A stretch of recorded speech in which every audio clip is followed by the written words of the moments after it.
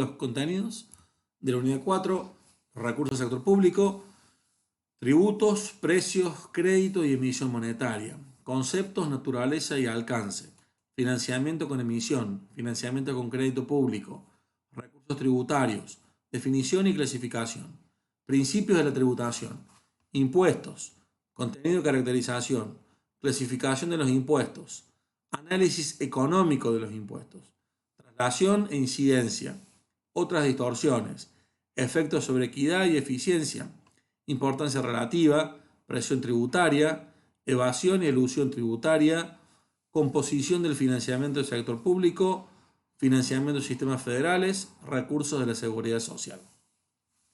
Esa es la descripción de la unidad 4 en el programa. Es una unidad, como ustedes podrán ver, extensa, tiene varios temas.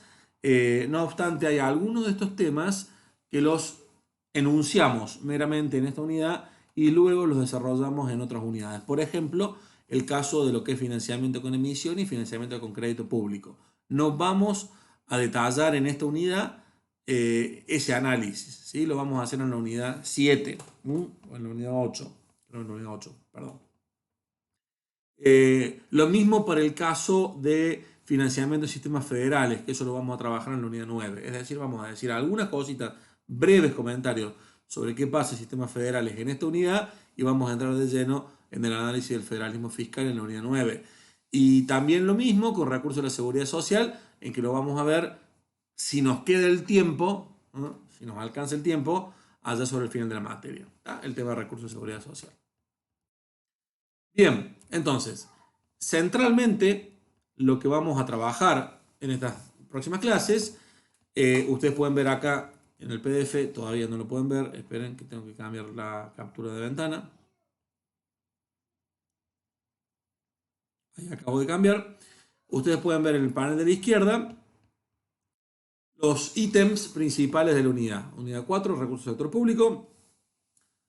Las diapositivas estas están subidas ya en la cátedra, en la aula virtual, ¿sí? Las pueden bajar de ahí.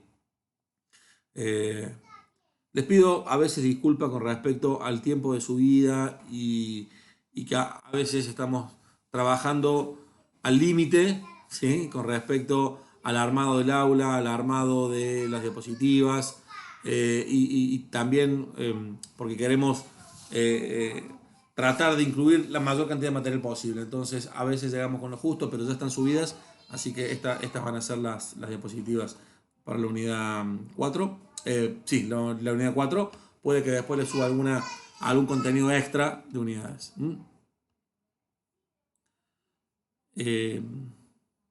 Bien, ahí lo que dice Emilia, luego lo anoto y lo trabajamos. ¿Ah?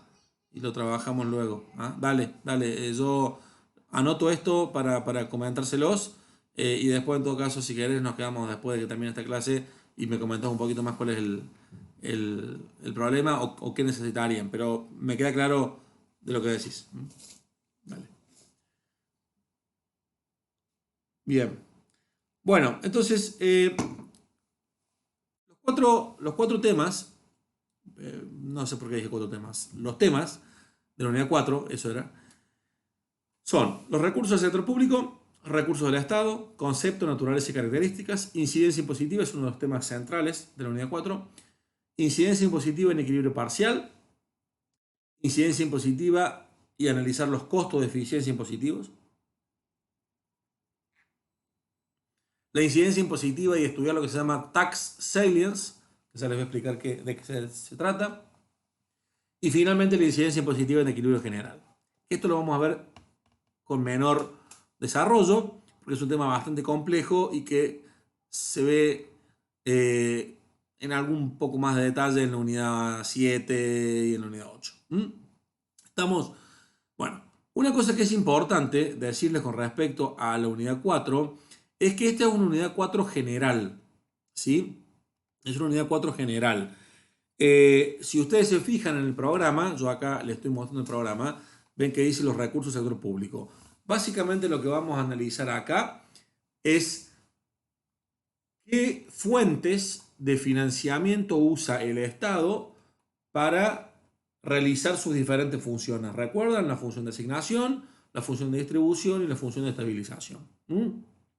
Tanto en lo que tiene que ver con la provisión de bienes públicos, como lo que tiene que ver en la provisión de gasto público social, de asistencia social, de ayuda, de transferencias,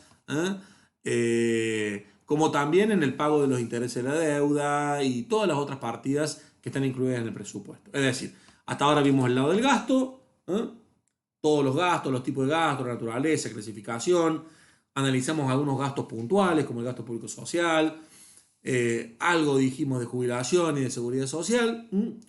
Y ahora vamos a ver los recursos. Es el otro lado de la ecuación. El otro lado de la ecuación. Entonces, pero esta unidad no vamos a trabajar sobre impuestos específicos, sino como ustedes pueden ver en la unidad 5, en la unidad 6 y en la unidad 7, nos vamos a referir a los impuestos en términos mucho más acotados y específicos. Nos vamos a ver impuestos a los ingresos, impuestos a los consumos e impuestos a la riqueza y otros. ¿Está? Entonces fíjense cómo las 4 unidades siguientes, o sea, a partir de hoy, las 3 siguientes, son unidades que van a trabajar sobre el lado de los impuestos. Sobre el lado de los recursos fundamentalmente y luego más específicamente sobre el lado de los impuestos. En la unidad 8 vamos a trabajar sobre recursos que no son tributarios, es decir, emisión de deuda o de crédito público por parte del gobierno y financiamiento monetario. Son temas que tienen que ver más con la macro de la economía pública. Pero en estas 4, 5, 6 y 7 vamos a trabajar con recursos tributarios y con impuestos. ¿Está?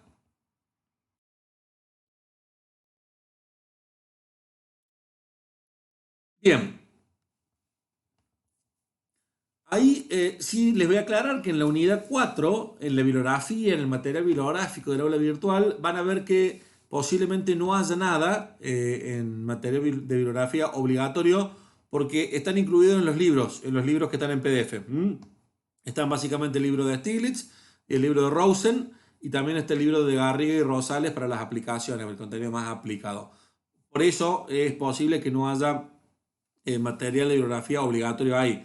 Recuerden, ustedes tienen ya los libros descargados, vayan al programa y se fijan en las páginas y de ahí estudian. Ok, comenzamos como siempre haciendo algunas preguntas, temas que vamos a desarrollar en la cátedra. Primera pregunta que nos gustaría hacer es con qué recursos cuenta el Estado para financiarse, es decir, de dónde saca los fondos para pagar sus gastos, sus múltiples gastos. Segunda pregunta que vamos a hacer es en qué se diferencian los tributos de los otros tipos de recursos. Acá va a surgir muy importante el tema que hemos venido trabajando ya, el famoso tema del compromiso, eficiencia y equidad, o el famoso trade-off entre eficiencia y equidad, porque acá vamos a ver cómo los impuestos empiezan a generar distorsiones. Estas distorsiones que yo les hablé en la unidad 1, ¿recuerdan cuando yo me iba de la frontera de posibilidad de producción, me iba hacia adentro? Bueno, eso lo vamos a entender hoy y la clase del lunes siguiente. Una cuarta pregunta es sobre quién recaen los impuestos, es decir, quién termina pagando los impuestos efectivamente. Esto es un tema muy, pero muy importante porque lo vamos a analizar desde el enfoque de economía, ¿no? Desde el enfoque contable o desde el enfoque legal. Nosotros estamos dando una materia que se llama Economía del Sector Público y lo que es importante es que ustedes entiendan como futuros contadores que cuando el Estado toma una decisión en términos de aumentar un cierto impuesto o de crear un nuevo impuesto, ese nuevo impuesto es posible que no sea soportado por la persona que la ley dice que lo soporta.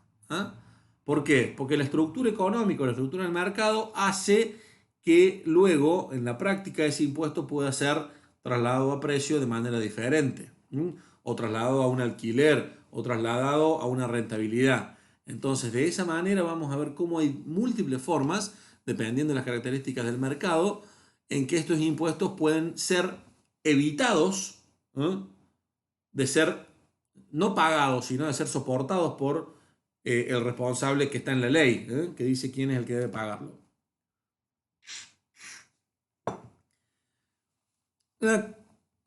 Una nueva pregunta sería si los impuestos causan una pérdida de bienestar. Es decir, recuerden que ayer hablábamos del bienestar de los individuos cuando veíamos las cuestiones de utilidad, o sea, cuando las personas recibían transferencias en especie o transferencias en dinero, nos referimos al bienestar. Bueno, también queremos saber si los impuestos causan una pérdida del bienestar en el sentido de que si hay más impuestos en la economía, nosotros tenemos cada vez un menor bienestar. Porque es posible que el bienestar de las personas aumente por el lado del gasto, porque estamos recibiendo programas sociales, transferencias, mayor gasto público, pero que también esté disminuyendo por el lado de los impuestos, es decir, que si nosotros tenemos mucho gasto y eso aumenta el bienestar, pero para financiar ese gasto cada vez tenemos más impuestos, los impuestos a la larga terminan perjudicando el bienestar de las personas, como les vamos a mostrar hoy. Una nueva pregunta es cómo se analiza la incidencia de los impuestos. Ahí básicamente lo que vamos a ver es que hay un análisis de equilibrio parcial y otro equilibrio general, que son completamente diferentes. Y la pregunta de abajo va sobre ese tema. Y finalmente, ¿qué se entiende por tax salience? Que es una literatura bastante nueva en términos de análisis económico de los impuestos y que tiene que ver con una pregunta de si las personas realmente cuentan con toda la información cuando conocen cuánto están pagando de un impuesto. Por ahí a ustedes les puede parecer extraño, pero hay algunos autores que han sugerido esta idea de que si las personas tuvieran la percepción exacta e información perfecta de cuánto están pagando de impuestos en un bien que compran, si se les discriminara eso, tenderían a ajustar su consumo de manera como predice la teoría. Es decir, si supieran que están pagando demasiado de impuesto en la compra de un bien de supermercado, tenderían a consumir menos de ese bien y más de otros bienes. Entonces, esto es una literatura muy interesante que ha surgido en los últimos 15, 20 años y que cuestiona un poco el tema de si los consumidores son realmente racionales o no.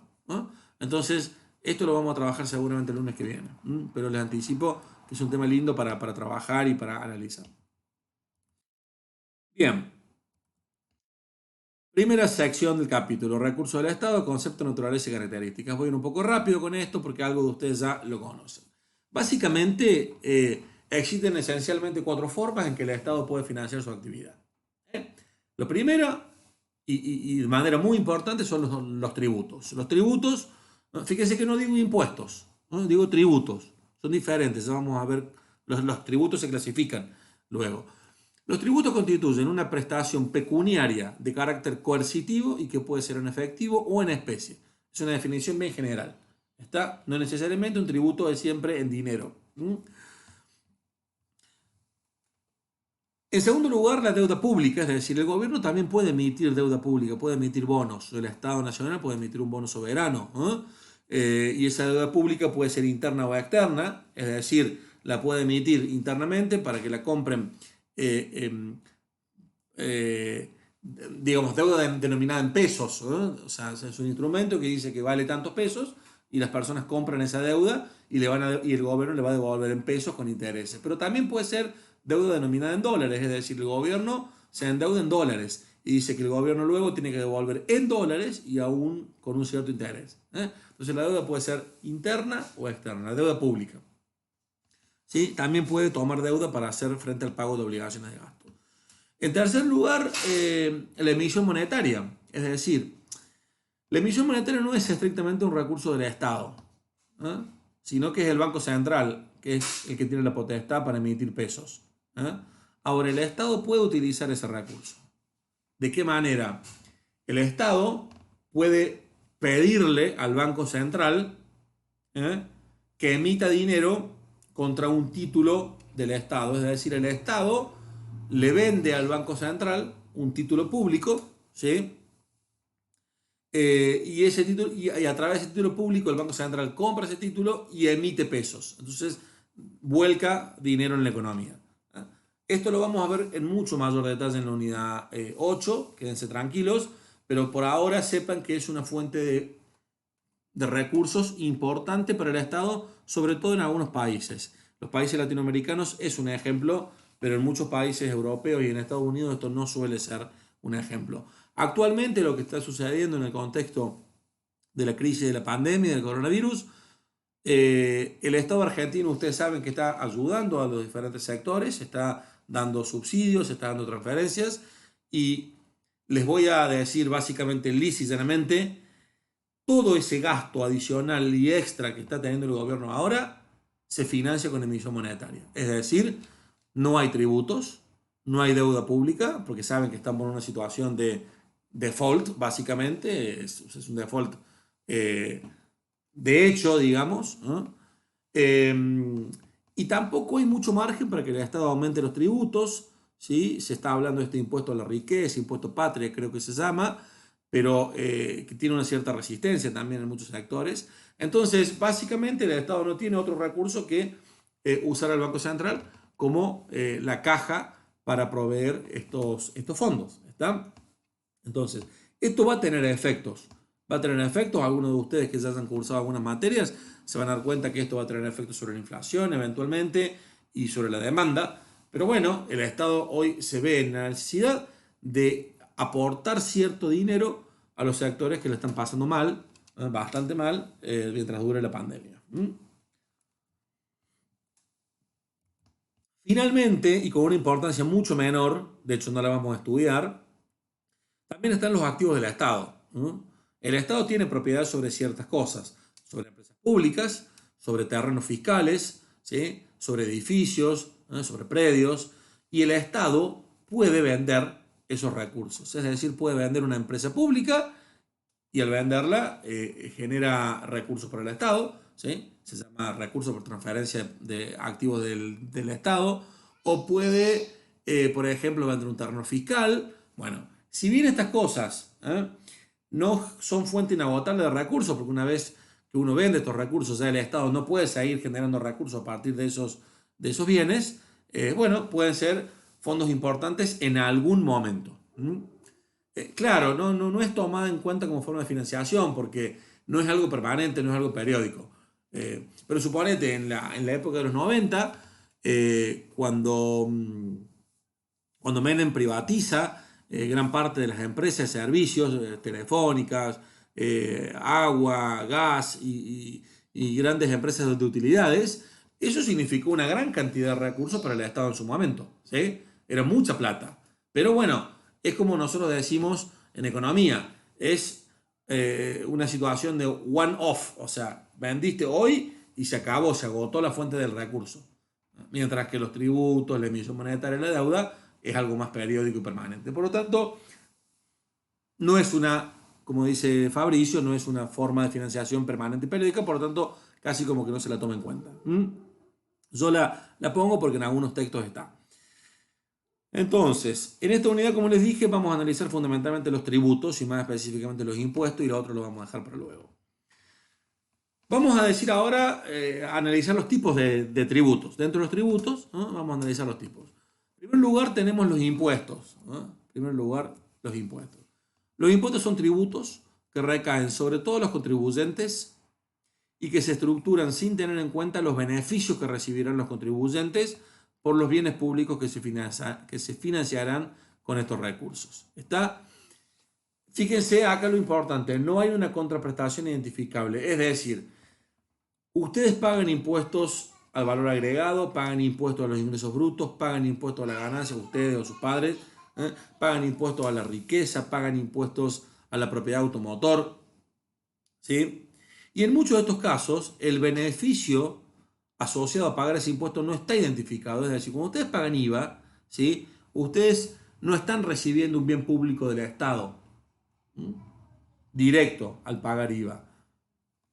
Cuando ustedes pagan ganancias pasa exactamente lo mismo. Cuando ustedes pagan el impuesto automotor tampoco. Aunque uno pueda decir, bueno, el Estado provee rutas, construye las rutas y las mantiene. Pero en definitiva, fíjense que eso tampoco es tan identificable porque,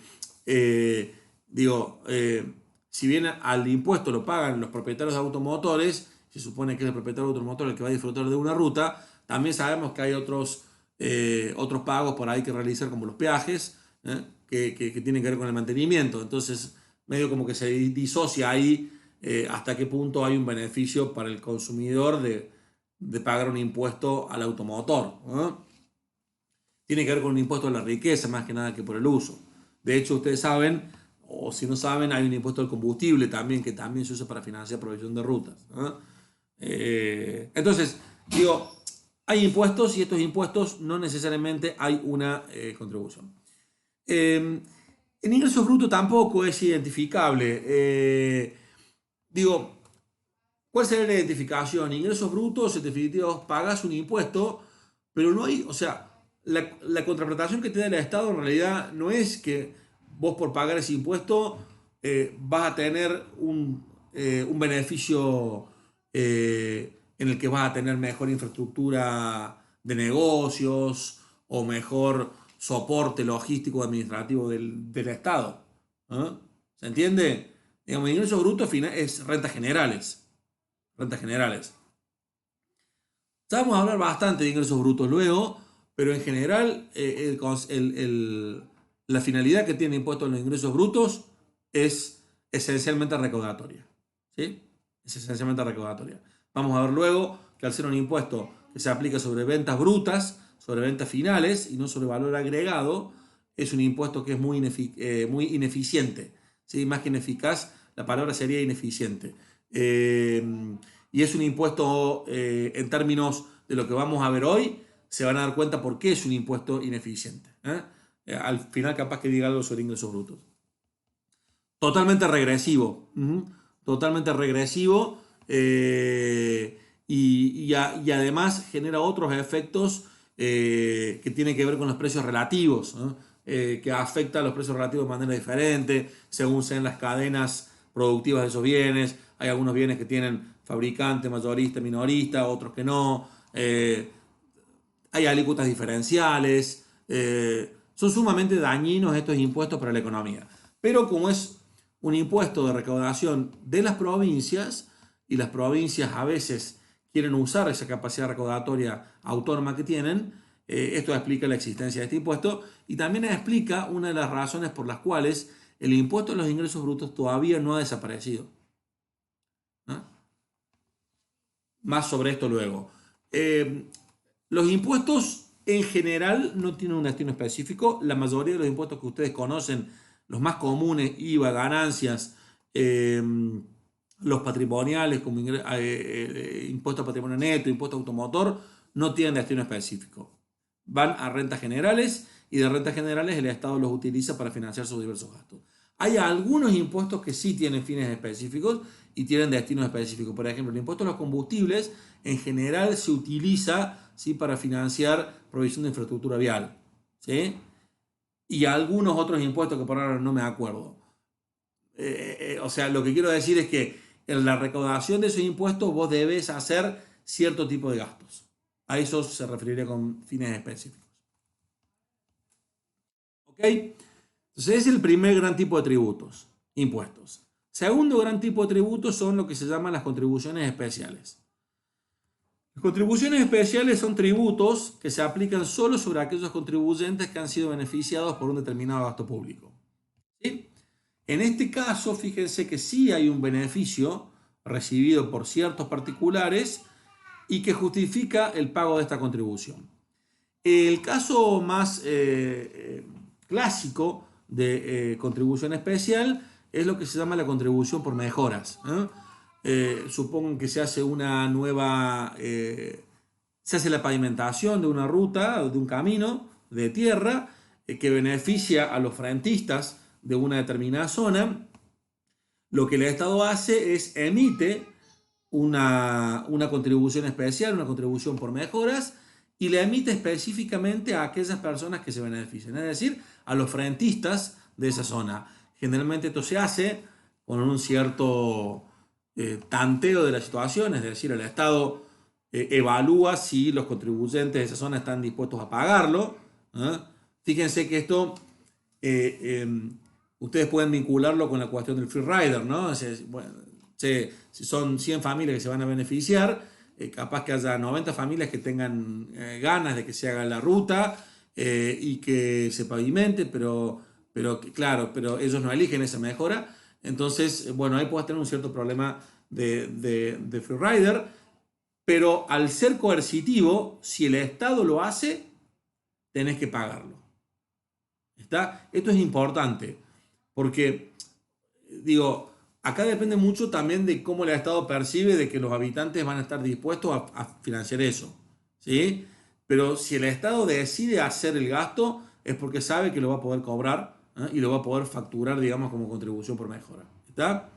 Entonces, estas son algunas de las razones por las cuales muchas veces uno dice, bueno, sí, pero el Estado no pavimenta esto. Bueno, muchas veces porque el Estado no puede cobrarlo. ¿Sí?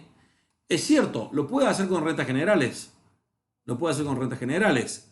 ¿Eh? Pero en este caso, esta aplicación de este principio del beneficio, es decir, que hay contribuyentes que se benefician, el Estado lo suele utilizar como una justificación para poner una contribución por mejora y no un impuesto. ¿Está? Por esa razón se suele usar este instrumento de la contribución por mejora para estos casos. No solamente es por una mejora en una cuestión vial, puede ser una mejora de un parque, de una zona que era un residuo, un basural, que luego se transformó en un parque, en una plaza pública y cosas así. ¿Sí? Y finalmente las tasas. Las tasas son el tercer tipo de tributo que representan pagos por un beneficio personal recibido por un servicio del Estado. Acá están las famosas tasas que ustedes pagan cuando van a hacer una denuncia policial, cuando van a inscribir a un hijo que nació o a una hija, cuando van a casarse, cuando van a divorciarse, cuando van a hacer una infinidad de trámites con el Estado, cuando van a sacar el carnet de conducir, ustedes van a decir, bueno, usted tiene que pagar la tasa, el timbrado, tal cosa, bla, bla, bla, bla. Uno a veces se cansa de pagar estas cosas. Pero bueno, la justificación de esto es que el Estado presta un servicio que te da un beneficio personal a vos que podés inscribir a un hijo, a vos que podés sacar una licencia, a vos que podés hacer una denuncia y que el Estado te está tomando esa denuncia. El Estado te cobra una tasa por un servicio que te brinda. Es pedir un pasaporte, una licencia. Ahí tienen el ejemplo clásico. ¿Está? Hay una gran disputa de si la tasa se calcula para retribuir exactamente el costo del servicio o no. Muchas veces las tasas suelen parecer arbitrarias, es decir, las personas no saben por qué pagan una tasa y no saben si ese monto tiene que ver con la cantidad del costo del servicio o no. Pero bueno, por ahora lo dejo como que es un instrumento del Estado y nada, decir simplemente que es una alternativa que el Estado tiene para también financiarse. ¿Está? Las tasas la usan todos los gobiernos nacionales, los provinciales, los municipales, para los diferentes trámites que proveen. Cuando ustedes transfieren, por ejemplo, algún activo, un automotor, una propiedad, muchas veces hay impuestos y también hay tasas. Está el impuesto a la transferencia de activos, ¿sí? Eso es un impuesto, pero también hay una tasa de sellado, tasa de... Están las dos cosas. Independientemente de que nos pongamos a analizar si los impuestos son muchos, son bajos, si hay muchas tasas o no, si el Estado funciona bien o no, esta es la estructura tipo de recaudación tributaria de cualquier Estado. Impuestos, contribuciones especiales y tasas. ¿Está? Fíjense que cada una tiene una naturaleza diferente, al menos en teoría. Uno es rentas generales, no hay ninguna vinculación entre el impuesto que vos pagas y la contribución que el Estado te da, o el beneficio que el Estado te da. En la otra, el beneficio es totalmente directo. Hay un beneficio que a vos te da el Estado por hacer una obra, una contribución, una mejora, digamos. En el tercer caso, es como una especie de intermedio entre los dos. Hay un beneficio que el Estado te da, pero no es tan identificable. Mucha gente piensa que el Estado debería hacer esto. ¿Sí? Bien. Pero ustedes piensen en la situación en que una persona inscribe a su hijo en el registro civil y otra que no. ¿Está? El Estado te permitió inscribirlo. Entonces el servicio sería eso. Si vos no vas, si no lo pagas, si no lo inscribís, ya sea porque no querés o porque no querés pagar esa tasa, imagínate que no querés pagar, no querés inscribir a tu hijo porque no querés pagar esa tasa. Imagínate, puede haber alguna persona que diga eso. ¿Está? Bueno, tu hijo está fuera del sistema. ¿Sí? Entonces el beneficio que el Estado te daría es por eso, para inscribirlo. Bueno, ¿queda claro? Bien. Hay algo que en finanzas públicas se llama enfoques de equidad tributaria. ¿Sí? Y que fíjense que yo acá involucro la palabra equidad tributaria. ¿Ah? Porque acá tenemos que empezar a hablar de qué es lo que es la equidad en la tributación. El primer enfoque es el principio del beneficio y el segundo enfoque es el principio de la capacidad de pago. Estos son conceptos muy importantes en las finanzas públicas y los vamos a trabajar en las próximas unidades. El principio del beneficio dice que un sistema tributario es equitativo cuando cada uno paga en función del beneficio que recibe de los gastos públicos. ¿Sí? No, las tarifas no entran como tributo. No. Las tarifas, digo, ¿te refería a tarifas de servicios públicos? No, son precios públicos. Son precios públicos. Pero no entran como recursos del Estado. Entonces, el principio del beneficio habla de que la equidad es que cuando cada uno paga en función del beneficio que recibe de los gastos públicos. Ahora, ustedes que ya conmigo han visto la unidad 2 y la unidad 3, ustedes entenderán que esto tiene un problema bastante grave en términos de aplicabilidad. Primero, no podemos saber cómo las personas valoran los servicios públicos y los gastos públicos. Es decir, tenemos que preguntarle a cada persona cuánto usted valora si que el Estado te dé una plaza o que te dé más ayuda social o que te dé luz, o alumbrado, barrido y limpieza. Digo, sería muy difícil de implementar esto. Y porque está fundamentalmente el tema este que les comenté del free rider. Aun cuando yo les pregunto a las personas y lo pudiera hacer, mucha gente me diría, bueno, yo en cuanto valoro esto, nada, porque no me interesa que el Estado me provea esto. Y bueno, si tengo muchas personas que piensan así, entonces, ¿cómo sabría yo cuánto producir? Bueno, estaríamos en el caso típico de provisión cero. ¿Recuerdan? Si nadie valora, si la suma de las valoraciones marginales es cero, entonces todos deberían pagar cero, digamos, o sea, porque nadie valora los bienes públicos, ¿tá? Entonces no debería haber tributos. Y el segundo tema, que es importante acá, es que no se podría hacer política redistributiva. Piensen por qué. Por la siguiente razón, porque si las personas pagaran en función de su beneficio, es decir, yo solamente lo que estoy haciendo es cobrarle a una persona por la valoración. Ahora, piensen ustedes que una persona valora mucho un servicio público, ¿sí? Pero que no puede pagarlo. Entonces, esa persona yo no le podría dar el servicio público. Una persona que valora la educación pública o la salud pública, y si no lo puede pagar, o sea, fíjense que el principio del beneficio, entonces yo no podría darle esa provisión. Entonces, ¿qué es lo que sucede con la educación pública y la salud pública? Yo precisamente lo doy porque hay personas que no pueden pagarla, que no pueden acceder a la salud privada. Entonces, les doy el beneficio público sin que ellos tengan que pagar nada a cambio, nada directo a cambio. ¿Está? Entonces, el principio del beneficio tiene estos problemas. La no revelación de preferencias, que es un problema, y el tema de que no se podría hacer política redistributiva. Aquí, en este caso, solamente se proveerían bienes públicos en la medida de que las personas los valoren y los puedan pagar. El segundo principio tiene que ver con la capacidad de pago. ¿Sí? A ver, ahí dicen que se tildó. ¿Escuchan?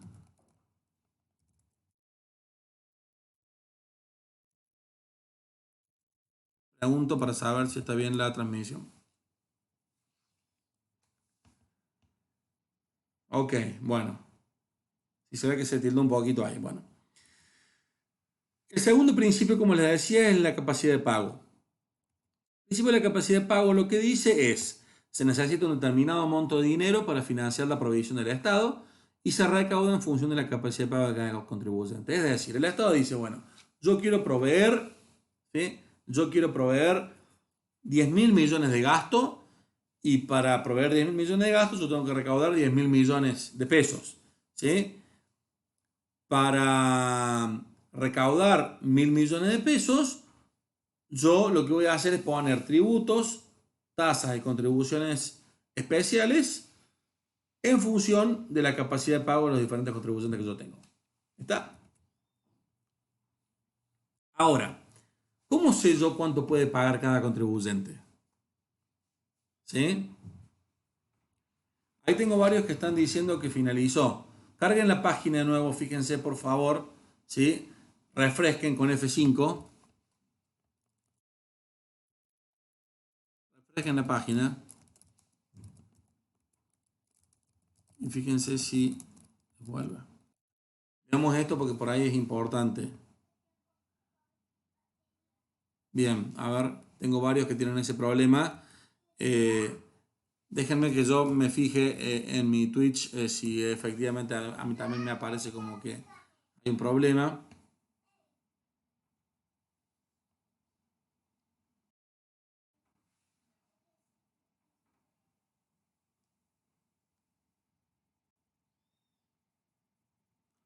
Sí, aparentemente está andando.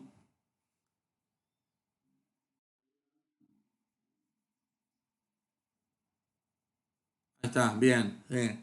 Lo que estaba viendo es que a mí también me parece que estoy transmitiendo de 720. Y lo he tuneado para que no fuera de 720, pero se ve que sigue transmitiendo de 720. Así que voy a tratar de ponerme hoy para ver cómo puedo mejorar eso. Ahí está. Bajen ustedes la calidad desde el botoncito ese y ahí lo van a poder ver bien. Así que hagan eso, les recomiendo para que no se les tilde y para que les aparezca bien. Bueno, entonces, acá en el principio de la capacidad de pago, que es uno de los principios que se utiliza eh, mucho para justificar la recaudación tributaria, es que empezamos a vincular dos conceptos que se conocen como equidad horizontal y equidad vertical. La equidad horizontal tiene que ver con el tratamiento igual, tratamiento impositivo igual a dos iguales. ¿Sí? Y el concepto de equidad vertical tiene que ver con el tratamiento diferente, tratamiento tributario o impositivo diferente a personas con capacidades diferentes, o sea, con capacidades de pago diferentes. ¿Ah?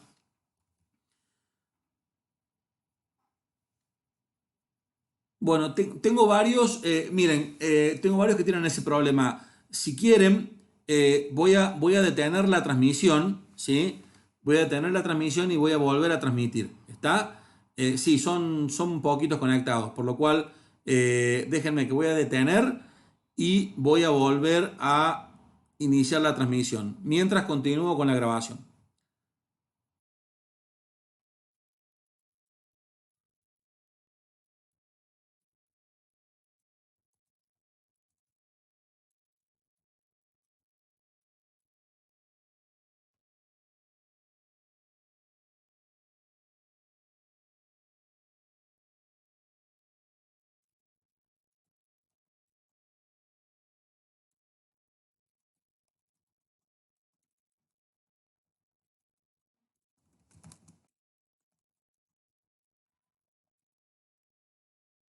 Bueno, ahí estoy transmitiendo nuevamente, ¿sí?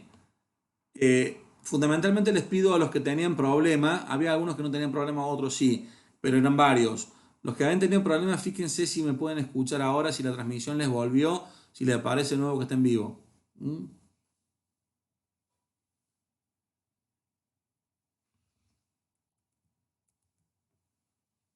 Espero un ratito para ver las respuestas y si la mayoría les ha vuelto la transmisión, seguimos. La grabación ha seguido, así que yo he seguido grabando.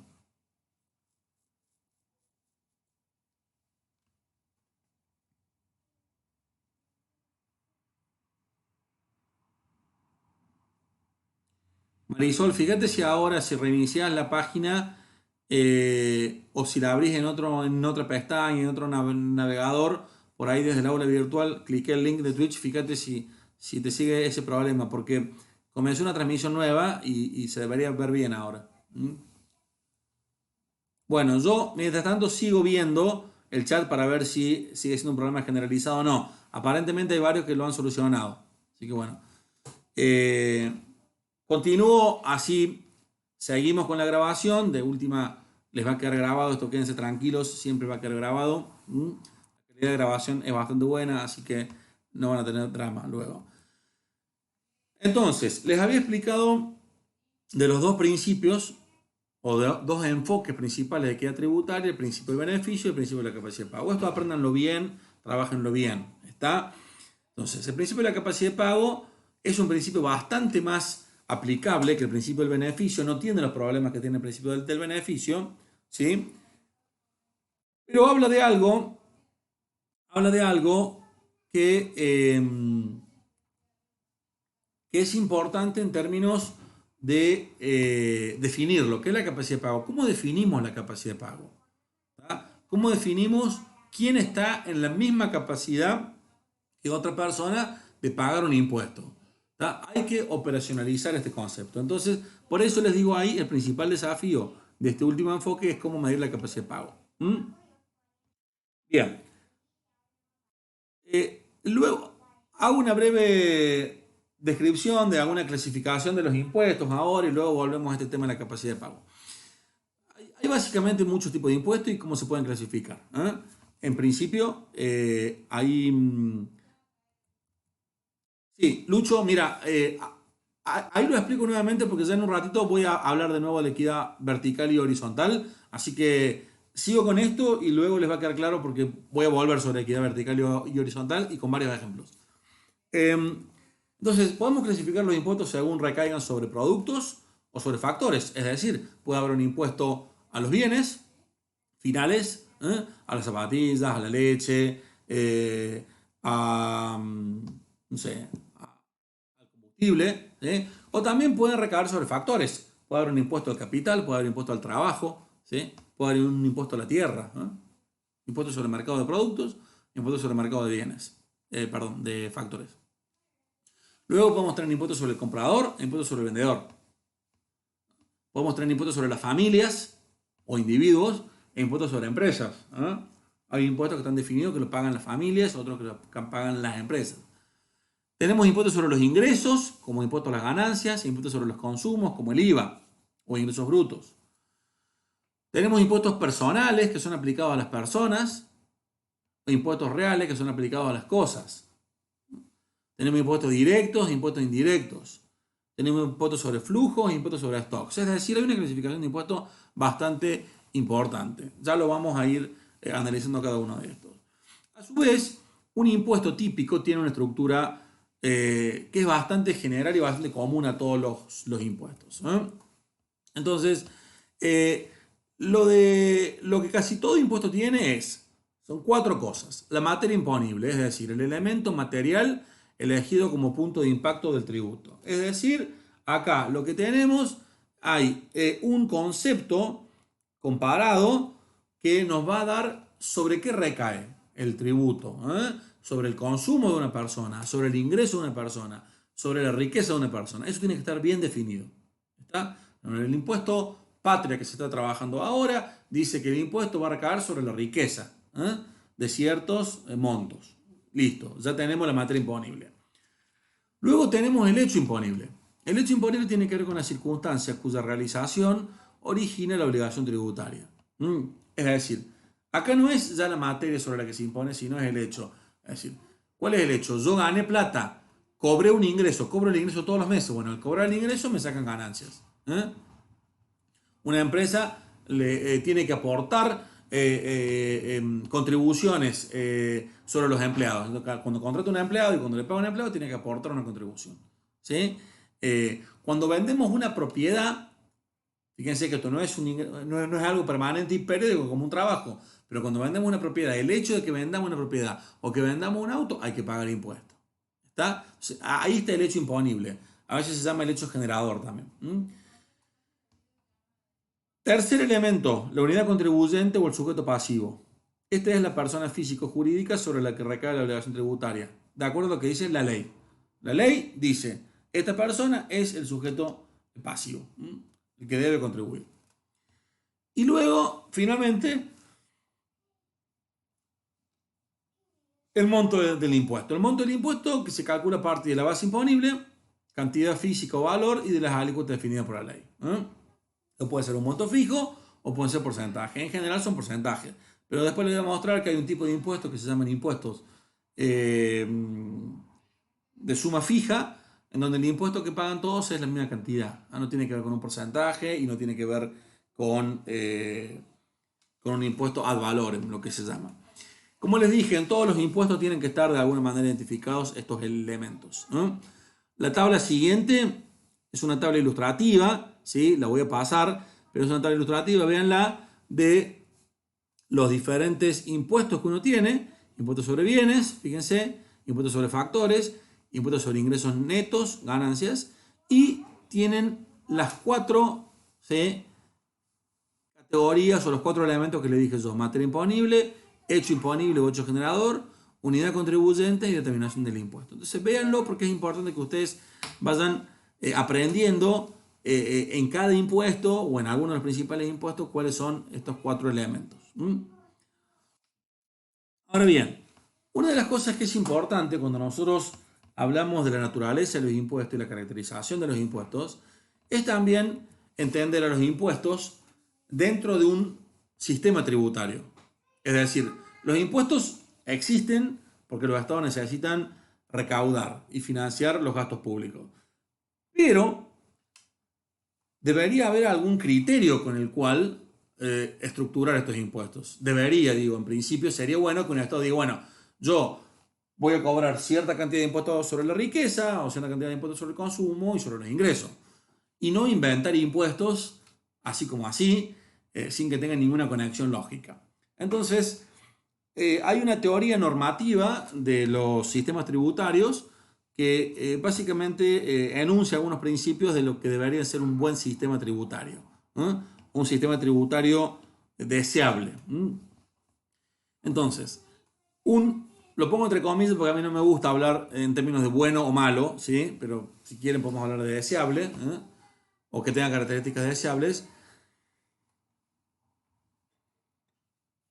Y lo que estos principios dicen básicamente que un buen sistema tributario, entre comillas, debería tener 5 propiedades. Primero, eficiencia económica. No debería interferir en la asignación eficiente de los recursos. Segundo, sencillez administrativa. Debería ser fácil, rápido y barato de administrar. Por ejemplo, el monotributo es un impuesto bastante fácil, rápido y barato de administrar. Si es eficiente o no, es otra cosa. Pero ahí les doy un ejemplo de una sencillez administrativa. Flexibilidad. Debería ser adaptable y con respuesta rápida, si se quiere automática, a las condiciones cambiantes. Es decir, suponga que yo tengo un impuesto que depende de los ingresos. Si el ingreso en la economía sube, la recaudación va a subir. Si el ingreso en la economía baja, la recaudación va a bajar. Se adapta, es flexible a las condiciones económicas. Ahora, si yo tengo un impuesto que es de suma fija, que no depende del ingreso, ¿qué pasa? Cuando el ingreso de la economía sube, los impuestos no cambian, porque todos pagan lo mismo. Entonces el Estado se está perdiendo de recaudar plata. Ahora, cuando el ingreso de la economía baja, tampoco baja lo que los consumidores pagan y en realidad el Estado está recaudando demasiada plata en relación con lo que es su ingreso en la economía en ese momento. Entonces la flexibilidad tiene que ver con que los impuestos puedan, o la recaudación tributaria, mejor dicho, pueda tener una correspondencia con lo que está pasando en la economía. El cuarto criterio es la responsabilidad política. El sistema debería ser transparente y claro. Todos deberíamos saber, cuando compramos ciertos bienes, si estamos pagando un impuesto y qué tipo de impuesto y cómo. ¿Sí? El mejor ejemplo de un impuesto que no es responsable políticamente es el impuesto inflacionario. Nadie sabe cuánto estamos pagando de impuestos. Ya lo vamos a ver. El impuesto inflacionario lo pagamos cada vez que el Estado emite pesos. ¿Sí? Es un impuesto que nadie lo entiende muy bien, pero que sin embargo es un impuesto porque nos quita poder adquisitivo, nos quita recursos. Y el último criterio o principio tiene que ver con la justicia o con la equidad. Debe ser justo en la forma de tratar a los diferentes individuos. ¿Está? Esas son las 5 características deseables de un buen sistema tributario. Voy a ir hablando rápidamente de cada una de estas.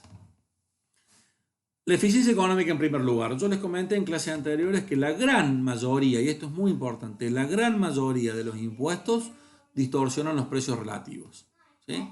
Y cuando uno distorsiona los precios relativos, esto altera la asignación de los recursos en la economía. O sea, hay impactos reales de los impuestos en la economía, ¿sí? Por ejemplo, el impuesto al ingreso, a las ganancias, afecta la decisión de trabajar. ¿Recuerdan cuando veíamos la oferta de trabajo de una persona? ¿Sí? Si le daban un subsidio o tenía que generar ese ingreso en el mercado, bueno, podía trabajar más o menos horas. El impuesto al consumo afecta la decisión de qué cosas comprar. Si me ponen un impuesto al café y no al té, es posible que yo empiece a consumir menos café y más té. El impuesto a la riqueza afecta a qué bienes poseer. Si yo pongo impuestos, por ejemplo, a las embarcaciones y a los autos de lujo, pero no pongo impuestos a las obras de arte y a los bienes culturales, es posible que las personas que tengan riqueza, en vez de comprarse embarcaciones y autos de lujo, se compren obras de arte, ¿sí? Porque van a pagar menos impuestos. Digo, todas estas cuestiones, hablo de, es posible. O sea, lo que quiero acá resaltar el punto es que en términos generales, los impuestos afectan la conducta de los individuos. Es decir, si se pone un nuevo impuesto, la persona va a considerar si le conviene o no comprar un cierto bien u otro. A veces lo que sucede es que con impuestos altos, muchas veces los empresarios se preocupan más por ver en qué actividades pagan menos impuestos que tratar de diseñar proyectos más rentables. Esto es cierto, ¿sí? Muchas veces la persona que no tiene una decisión tomada de qué actividad emprender o que no tiene maquinaria específica y que decide poner un negocio o que decide poner una franquicia con su dinero, analiza en qué lugar va a pagar menos impuestos porque eso es parte de la rentabilidad. ¿Sí? Eso es parte de la rentabilidad. Y el componente impositivo tiene que ser importante para una persona cuando decide en dónde poner su dinero. ¿Sí? También, ya estoy con eso, Matute, en un ratito porque creo que va a quedar claro cuando hable de este tema. Hay efectos financieros, ¿sí? Por ejemplo, ¿es lo mismo que mi empleador me descuente para la jubilación que yo ahorre por mi cuenta? Piensen en eso. Cuando nosotros trabajamos nos descuentan para la jubilación y después nos devuelven esa plata, ¿sí? Cuando nos jubilamos. ¿Sería lo mismo si yo ahorrara por mi cuenta? Yo ahorrara y pondría la plata en el banco, ¿no? Bueno, ahí hay temas de, por ejemplo, de irracionalidad individual. Las personas muchas veces no tienden a ponderar el futuro, entonces terminan gastando demasiada plata en el presente y ahorrando muy poco por el futuro, ¿sí? Pero bueno, son preguntas válidas. Los impuestos también afectan la estructura financiera de las empresas, ¿sí? A veces a las empresas les conviene tener deuda, y no tener acciones. ¿Por qué? O el ratio de deuda a acciones. ¿Por qué razón? Porque por la deuda no pagan impuestos, pagan intereses, ¿sí? Pero si vos tenés capital inmovilizado, más capital y menos deuda, ese capital, porque es riqueza, termina pagando un impuesto, ¿no? A la riqueza. Entonces, a veces estas cuestiones afectan la conducta de los empresarios, ¿no? Puede haber efectos organizativos también. Si se favorece la responsabilidad limitada, habrá un entorno más favorable a asumir riesgos y emprender. El sistema tributario puede favorecer o desalentar bancos y entidades financieras, ¿sí? Efectos sobre la estabilidad de la inversión, ¿sí? Si vos le pones un impuesto a los plazos fijos, ¿sí? Va a haber mucha menos gente que va a poner la plata en plazos fijos. ¿Qué van a hacer esas personas? La van a poner a la plata bajo el colchón. Y eso obviamente favorece un menor desarrollo del sistema financiero. Entonces, todas estas cuestiones hay que verlas en el agregado. Porque puede que yo cambie mi conducta o no, ¿sí? Pero si somos miles de personas los que cambiamos nuestra conducta, eso va a tener un impacto en el agregado. Esto es lo importante. Efecto sobre el equilibrio general. Un impuesto sobre los intereses. Muchas veces decimos, bueno, pongamos un impuesto a la riqueza o gravemos a las personas que tienen plazos fijos o bonos, porque son los que más riqueza tienen. Sí, es cierto, podemos poner un impuesto ahí. Pero ¿qué pasa? Si ponemos ese impuesto a la riqueza o a los bonos, es muy posible que esas personas digan, bueno, en Argentina me están poniendo este impuesto a mi riqueza, me la llevo afuera del país. A otro país en que no me cobren impuestos. Entonces, ¿qué pasa? Ese ahorro que antes se hacía en la economía local, ahora se va y afecta la oferta de ahorro y esto va a afectar la tasa de acumulación de capital. O sea, no analicemos solamente cuánta plata va a pagar el empresario rico. Analicemos que capaz que el empresario rico no pague nada de esa plata porque a la plata se la lleva afuera del país. Si antes no se la llevaba, digo, ¿está? Supongamos eso, ¿está? Bien, entonces, todas estas cuestiones hacen que las personas cambien su conducta ante la posibilidad de que haya un impuesto. Incluso ante un mero anuncio, puede afectar el valor actual del activo. ¿Mm? El hecho de que ahora el gobierno esté considerando el impuesto patria está haciendo que algunas personas empiecen a reducir su tenencia de ciertos activos, de transferir riqueza, de poner testaferros. ¿Eh? Incluso hay algunas personas que dicen que el valor de ciertas inversiones va a bajar. ¿Por qué? Porque el impuesto le va a afectar el valor del activo, el valor neto. Si vos tenés que pagar un impuesto todos los años sobre ese activo, eso va a bajar el valor. ¿Eh? Bueno, entonces hay muchas formas en que los impuestos pueden afectar la eficiencia económica. Yo quiero que ustedes piensen en estas cuestiones. Más allá de que cuando ustedes ejerzan la profesión, van a seguramente preocuparse por la estabilidad financiera por ejemplo, por las cuestiones impositivas de una empresa en particular o de un cliente en particular. Yo quiero que piensen también para que ustedes puedan analizar cuando el Estado anuncia un impuesto, cuando pone un nuevo impuesto, cómo esto va a generar cambios en la economía en general. Que ustedes puedan anticiparse a esas decisiones de política, me parece que les aporta también a ustedes una formación más integral como contadores, como futuros contadores. Bueno, vamos a hablar ahora de distorsiones, impuestos distorsivos y no distorsivos. ¿Sí? Un impuesto es no distorsivo si y solo si el individuo no puede hacer nada para alterar sus obligaciones fiscales. Un impuesto es distorsivo cuando los individuos intentan alterar sus obligaciones fiscales. ¿Está? Fíjense que esta definición es bastante rara. O sea, lo que dice que un impuesto no distorsiona si el individuo no puede hacer nada para alterar sus obligaciones fiscales. ¿A qué me refiero con alterar sus obligaciones fiscales? No me refiero a evadir. ¿Está? No me refiero a una conducta fuera de la ley. Me refiero a que el individuo no puede cambiar su conducta de manera de que pueda decir pago menos. ¿Está? El ejemplo de esto es si hay una ley que dice que todos tienen que pagar 100 pesos. Todas las personas en una sociedad tienen que pagar 100 pesos. ¿Sí? Fíjense, ¿alguien puede cambiar su conducta? No. Porque independientemente de cuánto ganes, de cuánto trabajes, de cuánto consumas, de cuánto, no sé, cuánto te esforzas, vas a tener que pagar 100 pesos. Es decir, vos podés cambiar tu conducta. Podés trabajar más, menos, comprar más, menos, pero vas a tener que pagar 100 pesos. A eso se refiere con no poder alterar las obligaciones fiscales. Los 100 los vas a tener que pagar. Recuerden, suponemos que estamos dentro de la ley, que todos pagan. Ahora, un impuesto es distorsivo cuando los individuos sí pueden alterar sus obligaciones fiscales. Es decir, supongamos que el Estado pone un impuesto a los cigarrillos, el clásico impuesto, ¿sí? Y cuando pone un impuesto a los cigarrillos, el Estado quiere recaudar. También quiere desalentar la conducta de fumar, pero muchas veces quiere recaudar. Entonces, ¿qué pasa? El consumidor que le pone un impuesto al cigarrillo puede decir, bueno, yo no compro más cigarrillo. No compro más. Si no compro más cigarrillo y compro otra cosa, algo alternativo. El ejemplo que pongo es a propósito, porque en general los bienes con demanda inelástica, como el cigarrillo, los consumidores no alteran su conducta. ¿Está? Pero lo pongo a propósito. Pero fíjense en muchos otros bienes, ¿sí? Que a mí me pongan un impuesto a, no sé, a algún bien que tenga sustitutos. No se me ocurre ahora, pero a ver, estoy pensando a lo que tiene que ver con las comidas. No sé, pongan impuesto al pollo, ¿sí? Excepcionalmente hay un impuesto a la carne de pollo. Entonces la carne de pollo se va a hacer más cara. Bueno, ¿qué hace la persona? Busca consumir otras carnes, ¿sí? O incluso reemplaza los productos vegetarianos.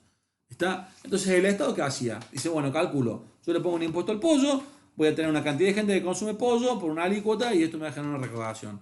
Bueno, lo que hace la gente es, deja de consumir pollo. Hay una gran cantidad de gente que deja de consumir pollo. O todos dejan de consumir un poquito de pollo. Como todo eso dejan de consumir, ¿qué pasa con la base imponible? Disminuye. Al disminuir la base imponible, el Estado recauda menos, por más que la alícuota sea la que originalmente diseñó. ¿Qué pasa ahí? ¿Las personas están alterando sus obligaciones fiscales? Sí. ¿Por qué? Porque pueden pagar menos impuestos consumiendo menos del bien. A eso es a lo que voy con lo que me refiero a alterar las obligaciones fiscales. ¿Está? Alterar la obligación fiscal tiene que ver con cambiar la conducta para pagar menos de un impuesto que se ha fijado. Entonces, en el impuesto de suma fija, cuando todos pagamos 100 pesos, es un impuesto de suma fija. Todos pagamos una suma fija de plata. Ahí no se puede alterar la obligación tributaria. No se puede alterar lo que yo pago. Tengo que pagar eso por ley y si no lo pago, voy preso, digamos. En el caso de un impuesto sobre los bienes, ¿sí? Un individuo puede alterar la obligación fiscal comprando menos del bien. También puede reducir su obligación con un impuesto al ingreso disminuyendo su oferta de trabajo. Supongan que me aumentan el impuesto a las ganancias, ¿sí? O el impuesto a los ahorros. ¿Qué puedo hacer? No lo pago, ahorro menos, ¿sí? O ahorro bajo el colchón. No me da intereses, pero no pongo una plata en el banco porque va a pagar impuestos. ¿Está? O el ejemplo que les di antes, la sacan afuera del país. Si afuera del país no pago impuestos, me conviene. Entonces, los impuestos no son inertes. Los impuestos generan efectos sobre la conducta, incentivos a que las personas cambien sus conductas. Acá, chicos, esta es la clave central de por qué un impuesto que es distorsivo es ineficiente. Entonces, todo impuesto distorsivo va a ser ineficiente. ¿Por qué?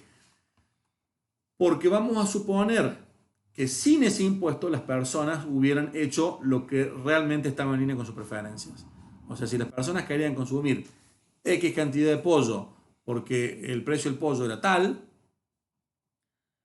el hecho de que vos le pongas un impuesto va a hacer que esa persona consuma menos cantidad de pollo, pero no porque quiere consumir menos pollo, sino porque el precio relativo del pollo ha aumentado en relación a la carne. Entonces va a decir, bueno, consumo menos pollo y más carne.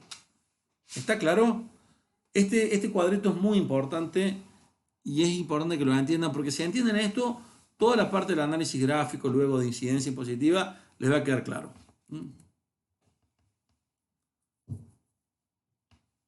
Bueno, vamos al segundo criterio, la sencillez administrativa. Ustedes en algún momento se van a recibir de contador y algunos ejercerán la profesión clásica, liberal, otros trabajarán en empresas y otros tendrán varios destinos. Pero les puedo asegurar que una de las cosas que ustedes van a valorar mucho cuando sean contadores es que el sistema tributario sea fácil de administrar, ¿sí? Y que en términos de costos directos e indirectos sean bastante razonables. ¿Está? Esto tiene que ver con, primero, los costos directos de hacer andar la AFIP, digo, la AFIP o rentas provincial, los costos directos, el funcionamiento, cuánto me cuesta la estructura de la AFIP,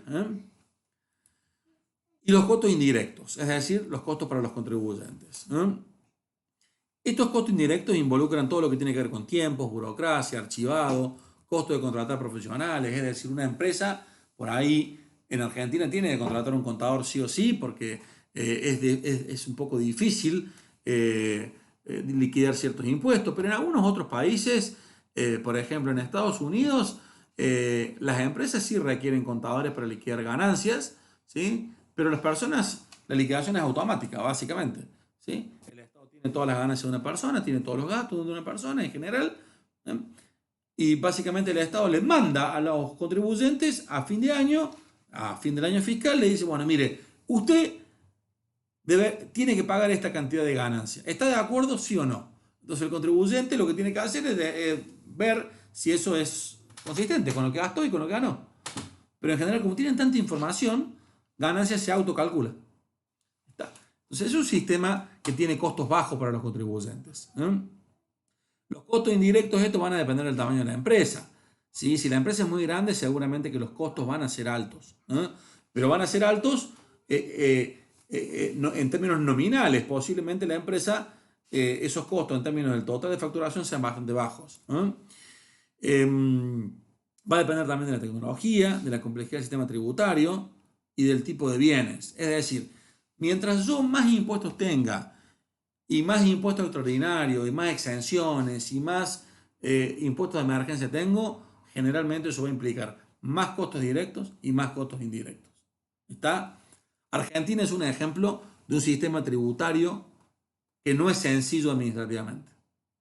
La cantidad de regulaciones que hay, de cambio en la normativa, de cambio en las disposiciones, de exenciones, excepciones, es increíble, digamos, la cantidad de maniobras que los contadores y las empresas tienen que hacer para poder adecuarse a los cambios que producen los sistemas tributarios.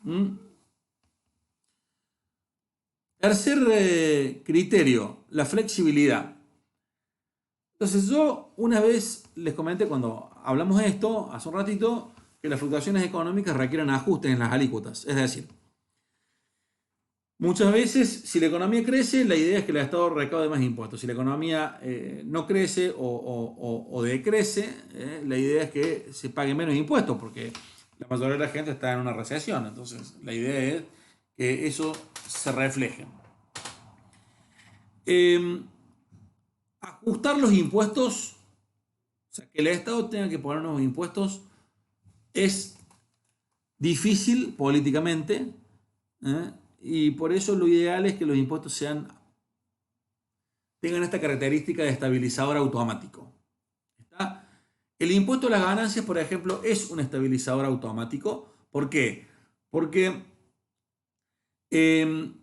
cuando baja el ingreso de la economía, supongamos que el PBI argentino es 20.000 al año y por una recesión pasa a ser 10.000 al año. Eso quiere decir que todas las personas van a haber caído en sus niveles de ingreso. ¿Sí? Si antes con 20.000 al año estábamos pagando una alícuota del 20%, ahora al ganar 10.000 al año vamos a pagar una alícuota del 10%. Entonces las personas les va a caer la base imponible y también la alícuota.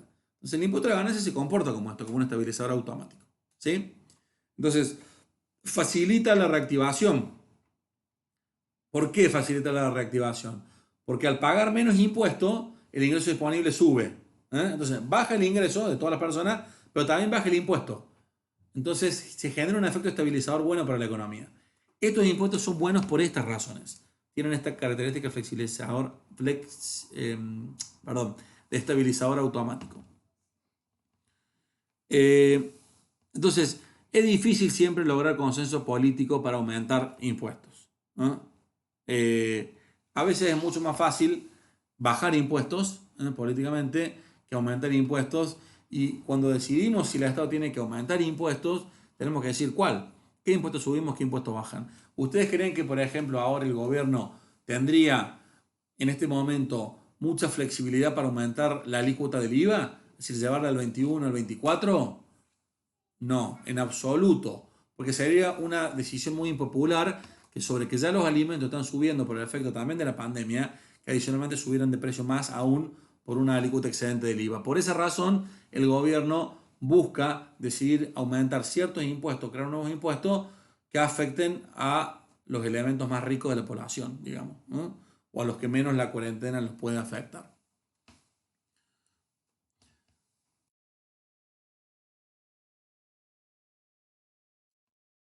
Mira, sí, el concepto de impuesto distorsivo, a ver, sí está dentro de eficiencia, claramente, porque la distorsión representa una ineficiencia.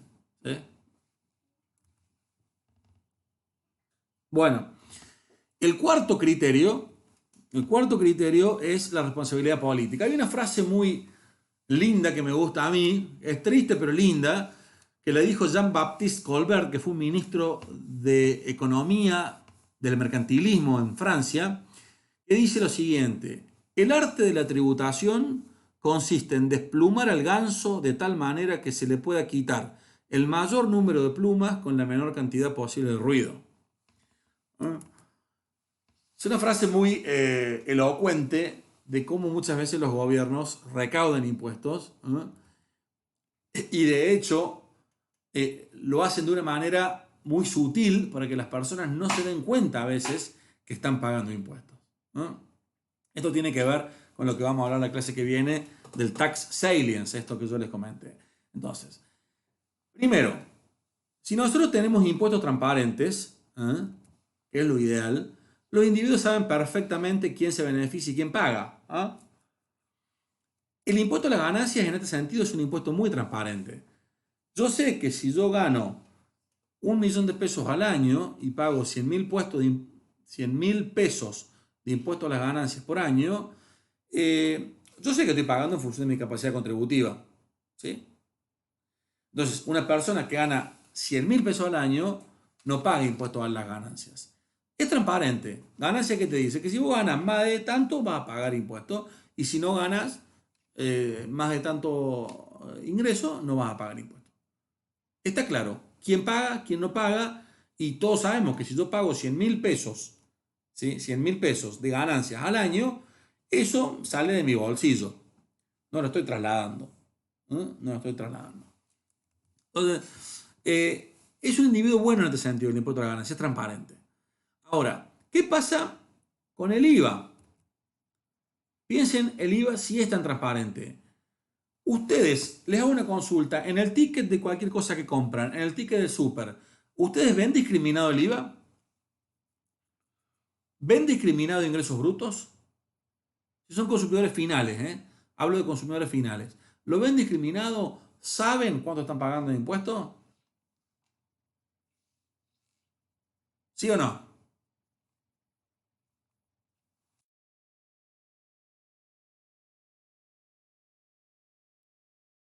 La mayoría, ¿eh? En la mayoría de los países, si te dieran ticket, en la mayoría de los países no está discriminado. No está discriminado. En algunos casos, algunos controladores fiscales discriminan IVA, sí. ¿Sí? Pero discriminan IVA en el sentido de que te lo ponen como el costo del impuesto asociado a esa venta. Pero muchas veces el IVA está discriminado solamente si una de las personas exige factura A, ¿sí? En donde vos claramente necesitas discriminar el IVA para después hacer el sistema de deducción fiscal, de crédito y de débito fiscal. Pero en el consumidor final, en general, no está discriminado el IVA. En el ticket de súper no está discriminado el IVA. Ustedes pueden saber cuánto pagan de IVA, pero tienen que hacer un cálculo. O sea, no es tan fácil saber cuánto estoy pagando de impuesto. La mayoría de la gente no va a hacer un cálculo. ¿Está? Entonces, ese es un impuesto que no es tan transparente. Hay algunos países en que sí está discriminado. Yo les comento el caso de Ecuador. Estuve el año pasado dando un curso, casualmente un curso de maestría de economía pública, y me sorprendió que en Ecuador ellos tienen discriminado el IVA que pagan en la factura, el consumidor final. Entonces, cuando vos vas a la caja, pagas y te dice cuánto obtuviste de ticket. Ahora, para esa compra ya no te sirve porque ya la compraste. Pero vos a futuro vas a saber de que en una compra, por ejemplo, de 1.000 pesos, vos pagaste 200 pesos de impuestos. Y eso genera un aprendizaje en los consumidores para ver si efectivamente quieren seguir comprando esa cantidad o no. ¿Está claro? Ese es el punto que quiero hacer en relación a impuestos transparentes. Y esta es una de las razones, chicos, por las cuales el IVA, ingresos brutos y otros impuestos a las ventas son tan usados. Son menos visibles. Son menos visibles. La gente no sabe tanto. Este es el famoso desplumar al ganso con la menor cantidad posible de ruido. Estamos desplumando a las personas, haciéndoles pagar impuestos sin que se den cuenta. Hace una semana salió un articulito, capaz que lo busque por ahí para ponerlo en la plataforma, Que decía cuánto pagamos de impuestos en una compra normal de súper. Y básicamente decía que pagamos casi 4 de cada 10 pesos de impuestos. Estaba discriminado. ¿Mm? Está bastante bueno como un ejemplo ilustrativo. La realidad de que estamos comprando 10 pesos de mercadería, pero de esos 10 pesos son 4 son impuestos. ¿No? Eh, el impuesto a las sociedades o a las empresas tampoco es un buen impuesto desde el punto de vista de la transparencia, ¿sí? Porque no lo pagan las personas jurídicas, sino los individuos. Fíjense, la empresa A tiene que pagar tanta plata de impuestos, ¿sí? Y esa empresa A, sí, paga los impuestos, ingresa los impuestos, pero posiblemente para pagar los impuestos, ¿qué hace? Se los cobra a los accionistas, es decir, se los deduce ¿eh? de los dividendos. Entonces, en definitiva, ¿quién paga el impuesto? ¿La empresa o pagan los accionistas? Pagan las personas físicas, los propietarios de las empresas. Entonces, en definitiva, o a veces incluso, no pagan ni siquiera los accionistas. Porque la empresa, ¿qué hace? Bueno, esos impuestos los traslada al precio del bien, lo vende más caro. ¿Está? Otro ejemplo.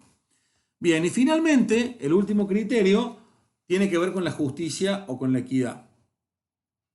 ¿Sí? Y este es uno de los temas más difíciles de abordar dentro de los sistemas tributarios porque casi todo el mundo dice que los sistemas tributarios son inequitativos. ¿Sí? Todo el mundo dice que los sistemas tributarios son equitativos y la gente se queja de los sistemas tributarios porque, bueno, porque pagamos demasiados impuestos. Entonces, lo que sucede es que las personas nos cuesta definir un concepto de justicia, un concepto de equidad tributaria, porque esto tiene que ver con lo que cada uno piensa que debería ser ¿eh? Los criterios de justicia. Entonces, eh, una de las cosas que me gustaría eh, mostrarles, ¿sí? Para que tengan una idea de lo que los ricos, o sea, no de los ricos, perdón, de cómo a veces se percibe la injusticia en el sistema tributario, les quiero mostrar una cosita que está déjenme que lo busque, eh, acá en una página, y si lo puedo buscar, se los voy a ver, déjenme un segundo, creo que está acá.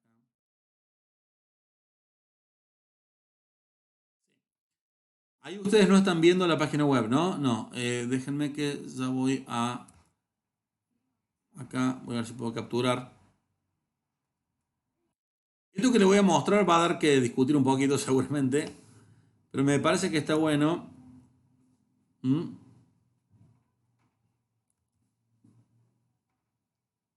Ahí están viendo. Deberían estar viendo ahí, sí. Bueno, a ver. Por alguna razón no lo puedo mover esto.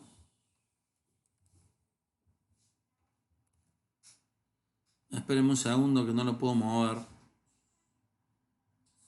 Denme un segundito. Denme un segundito, ahí lo voy a reiniciar, a ver.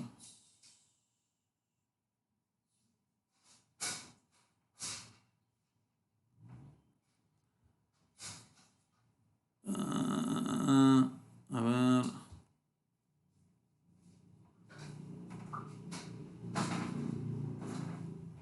Bueno, aparentemente no me está dejando verlo porque dice que requiere una suscripción. Qué pena, porque esto estaba bueno para verlo. Déjame ver si lo puedo ver acá.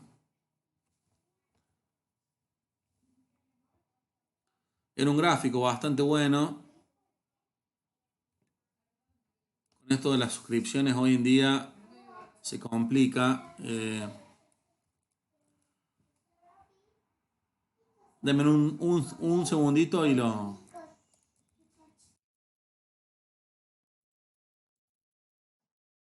A ver si puedo buscarlo. Bueno, ahí aparentemente lo encontré. Sí. A ver, me dan un segundo y ya lo...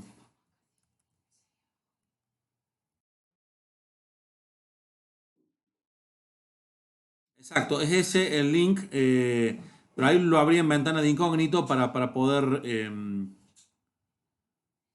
saltarme el tema de la suscripción. A ver, ahí está. Ahí se los muestro, miren. ¿Mm? Ahí está. Es un poco el que puso Agus Pañuco.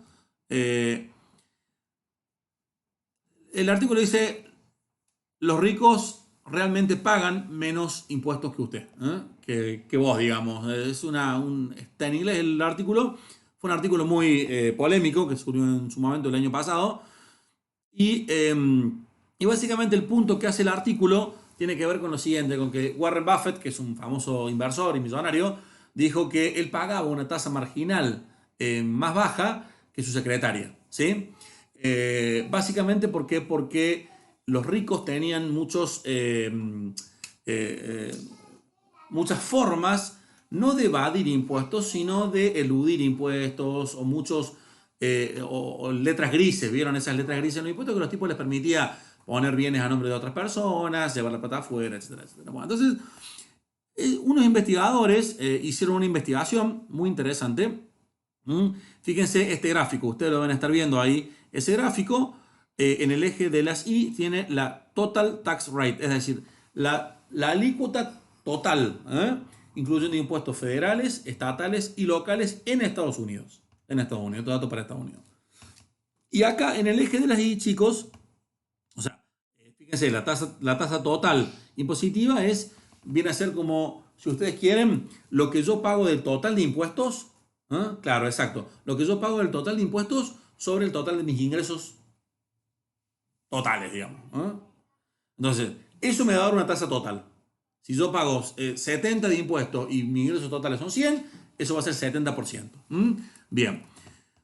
Entonces, así se calculó esto. Y el eje de las X mide los percentiles de las personas. De 0 a 100, agrupa a la población en grupos. ¿Está? De manera que acá está el 10%, el 10% de la población de menores ingresos, acá el 10 al 20, acá el 20 al 30, 40, 50. Y acá, al final, en el eje de las X, está el top 400. El top 400 son los 400 personas más ricas de Estados Unidos. Fíjense la información que tienen en Estados Unidos, ¿no? Entonces, ¿qué hacemos? Fíjense que en 1950, esta recta, el top 400 pagaba una tasa impositiva de 70%. O sea, de cada 100 pesos que ellos tenían de ingresos totales, pagaban 70. Mientras que los más pobres pagaban alrededor del 20, un 15, un 20%. Ahora, fíjense qué ha pasado en el tiempo. Yo voy moviendo esto y van a ver cómo va cambiando. Fíjense la recta, esa, se van a fijar cómo va.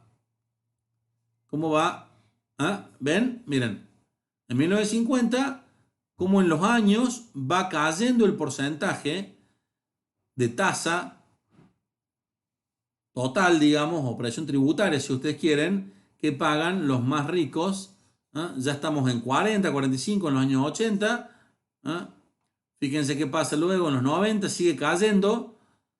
2000, 2001, 2003. Es increíble este gráfico. Además, la simulación y animación está muy buena.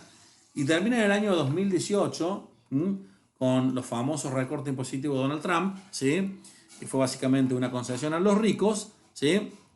Y de esa manera, estos autores hacen el punto de que hoy los 400 personas más ricas de Estados Unidos pagan menos impuestos que todo el resto de la población, contándolo como porcentaje de sus ingresos totales. ¿Está?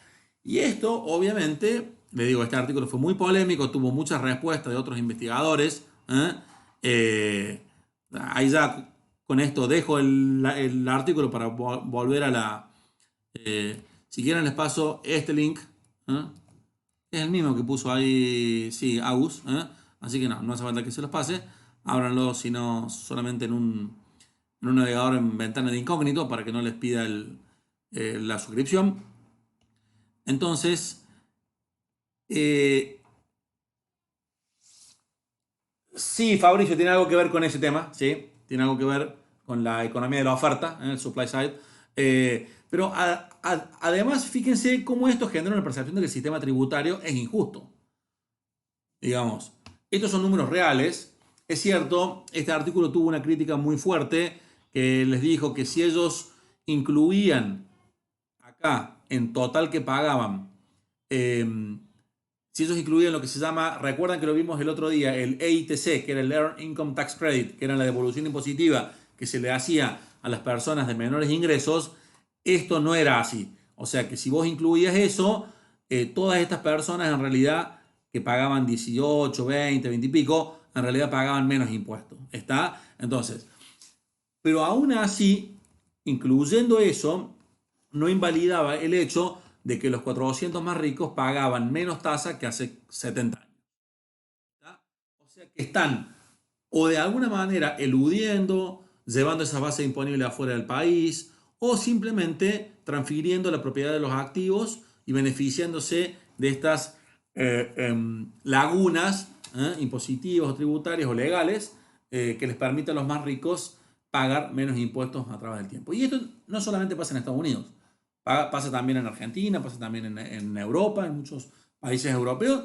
Y bueno, y es un problema y la verdad que las personas están preocupadas por eso. Entonces, tenemos que pensar cuál es el concepto de equidad, cuál es el concepto de justicia. Y acá vuelvo a la cuestión de equidad horizontal y equidad vertical que les mencioné antes, para que no nos quedemos con ese tema en el tintero, ¿sí? Y con esto voy a terminar la clase de hoy, antes de ver incidencia el lunes que viene. Entonces, como les dije antes, hay dos conceptos en las finanzas públicas que son el concepto de equidad horizontal y el concepto de equidad vertical. Entonces, un sistema tributario es equitativo horizontalmente si los individuos que son iguales en todos los aspectos relevantes reciben el mismo trato.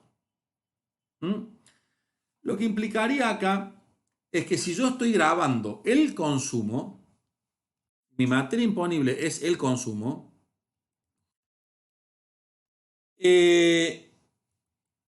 yo debería tratar igual a dos personas que consumen 100.000 pesos al año, independientemente de que uno sea hombre y otro sea mujer. Independientemente de que uno sea blanco y el otro negro. Independientemente de que uno sea una persona mayor, adulta, y otro sea una persona más joven. ¿Está? No debería haber ningún tipo de discriminación o diferencia según cosas que no importen dentro de lo que está grabando. Bien, les dejo eso ahí y ya vamos a ver cuál es el problema de esto. O sea, ahí yo hice hincapié en esto de los aspectos relevantes, ¿no? Los individuos iguales en todos los aspectos relevantes deben recibir el mismo trato. Eso es equidad horizontal. La equidad vertical tiene que ver con un sistema tributario que es equitativo verticalmente si los que se encuentran en mejores condiciones para pagar impuestos efectivamente los pagan. ¿Está? Entonces, acá ya sí hace una diferenciación. Es decir, si hay alguien que verticalmente tiene más consumo en el año y yo estoy grabando el consumo, bueno, esa persona que consume más debería pagar más. Hay una razón válida, digamos, de por qué esa persona debería pagar más. ¿Está? Bueno, estos dos conceptos forman la base teórica de toda la justificación de los diferentes impuestos que analice la economía del sector público. ¿Está? Son clave. En cualquier curso de finanzas públicas van a tener discusiones de estos dos conceptos, equidad vertical y equidad horizontal. Ahora, hay, en relación a la equidad horizontal, dos conceptos un poco vagos. Vagos en el sentido de que no están bien precisos. El primero es, ¿qué significa que dos personas sean iguales en todos los aspectos relevantes? Esto es importante. Y el segundo es, ¿qué significa que dos personas reciban el mismo trato? Bueno, y acá vamos siempre, a mí me gusta ejemplificar con situaciones ridículas y extremas. Considere dos gemelos, dos gemelos. Son iguales en todo, físicamente, hasta, digamos, uno podría decir que actitudinalmente, psicológicamente son iguales. Solo que a uno le gusta el helado de chocolate y al otro le gusta el helado de vainilla. Los dos helados cuestan lo mismo. ¿Tendrá equidad horizontal un sistema que grave a los dos helados con alícuotas diferentes? ¿Sí? Y en principio uno podría decir, bueno, tal vez sí, porque el sistema no está discriminando a los individuos. Estarían discriminando las preferencias individuales. Porque fíjense que acá la diferencia es en la preferencia. ¿Está? Las dos personas son iguales en todo, ¿no? Ahora, ¿qué estoy grabando? El consumo de helados. ¿Hay alguna justificación para grabar más alto el consumo de helado de chocolate que el consumo de vainilla? ¿Cuál es? ¿Es más costoso el consumo de helado? ¿Genera más perjuicio y daño al medio ambiente por el, no sé, por el cultivo de las semillas de cacao? Digamos, estoy improvisando.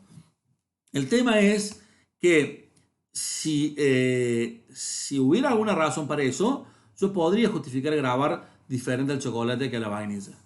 ¿Está? Pero no podría justificar que uno pague más que el otro solamente porque tiene un gusto diferente. ¿Está? Solamente porque tiene un gusto diferente. No sé si se entiende. ¿Sí? El punto central con la equidad horizontal es ver si detrás de esos gustos diferentes o de esas preferencias diferentes hay algún tipo de diferencia económica. ¿Mm? Entonces, suponga que usted diga, bueno, si yo voy a grabar diferente a las personas que tienen personal trainer, de las que van a los gimnasios. ¿Eh? Y hay alguna razón. Y si vos podés justificar que la persona que va al personal trainer tiene mayor, o que tiene un personal trainer, tiene una mayor capacidad contributiva, capacidad económica, diferente riqueza que uno que va al gimnasio, y está bien, yo podría suponer de que puedo tratarlos diferente. ¿Por qué? Porque ahí básicamente fíjense que ya entra la equidad vertical. Es decir, no son iguales en todo el que tiene el personal trainer con el que va al gimnasio, porque el que tiene el personal trainer tiene mayor capacidad. ¿Está? O sea, estoy pensando que yo quiero grabar, yo quiero hacer tributar a las personas que hacen actividad física o la actividad de hacer actividad física no sé, como una actividad económica. ¿Eh? Entonces, ¿por qué podría grabar diferente a los gimnasios que a los que, o sea, a los que hacen actividad física en un gimnasio que a los que hacen actividad física con un personal trainer? ¿Mm? En principio los dos hacen lo mismo. Ahora, sí podría grabarlos diferentes si yo supongo o tengo alguna evidencia que el que está en personal trainer es sistemáticamente más rico que el que no tiene personal trainer. Es decir, que no son iguales en todo lo relevante, en todo lo relevante. Y obviamente es relevante si yo quiero grabar a las personas por realizar un consumo que uno puede decir que no es un consumo necesario, digamos, no es como consumir leche, es un consumo, si se quiere, con un gusto personal, con una satisfacción, un consumo de ocio, digamos, ¿no? Si uno quiere, bueno, yo los grabo por eso y lo grabo más fuertemente que tiene personal trainer. ¿Está? Pero solamente si se justifica porque esa persona tiene mayor capacidad contributiva, mayor capacidad económica. Si nosotros llevamos al extremo esto, chicos, no hay dos personas idénticas. ¿Está? No hay dos personas idénticas. Lo de equidad horizontal, que sean iguales en todos los aspectos relevantes, es una cuestión teórica, es un aspecto muy teórico, es difícil de aplicar en la práctica. En la práctica hay que tomar decisiones. ¿Quiénes son iguales? Bueno, los que son iguales son todos los tipos que ganan lo mismo o los que consumen lo mismo. Por eso no andamos diciendo todo lo que son iguales, que manejen un cierto auto, un cierto color, no, porque sería un lío. Entonces, lo que hacemos directamente, bueno, hacemos distinciones que sean aceptables. O sea, por ejemplo, está claro que en el ideal no deberíamos admitir ninguna distinción para que una persona pague más impuestos que otra. Ni de sexo, ni de edad, ni racial, ni estado civil. Imagínense que yo diga, bueno, los solteros tienen que pagar más impuestos que los casados. ¿Por qué?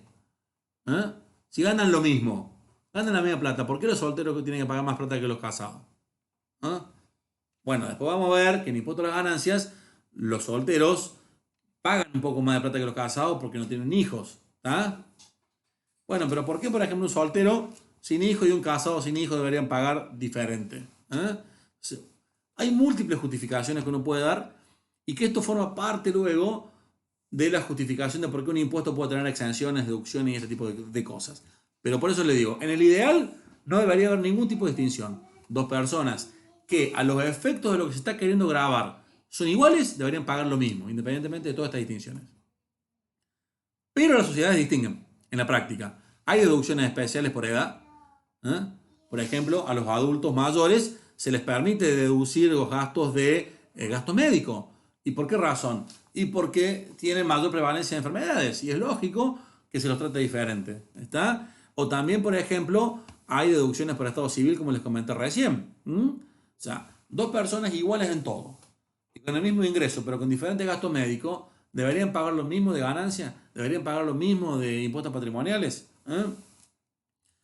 ¿Los gastos médicos son necesarios o son voluntarios? ¿Eh?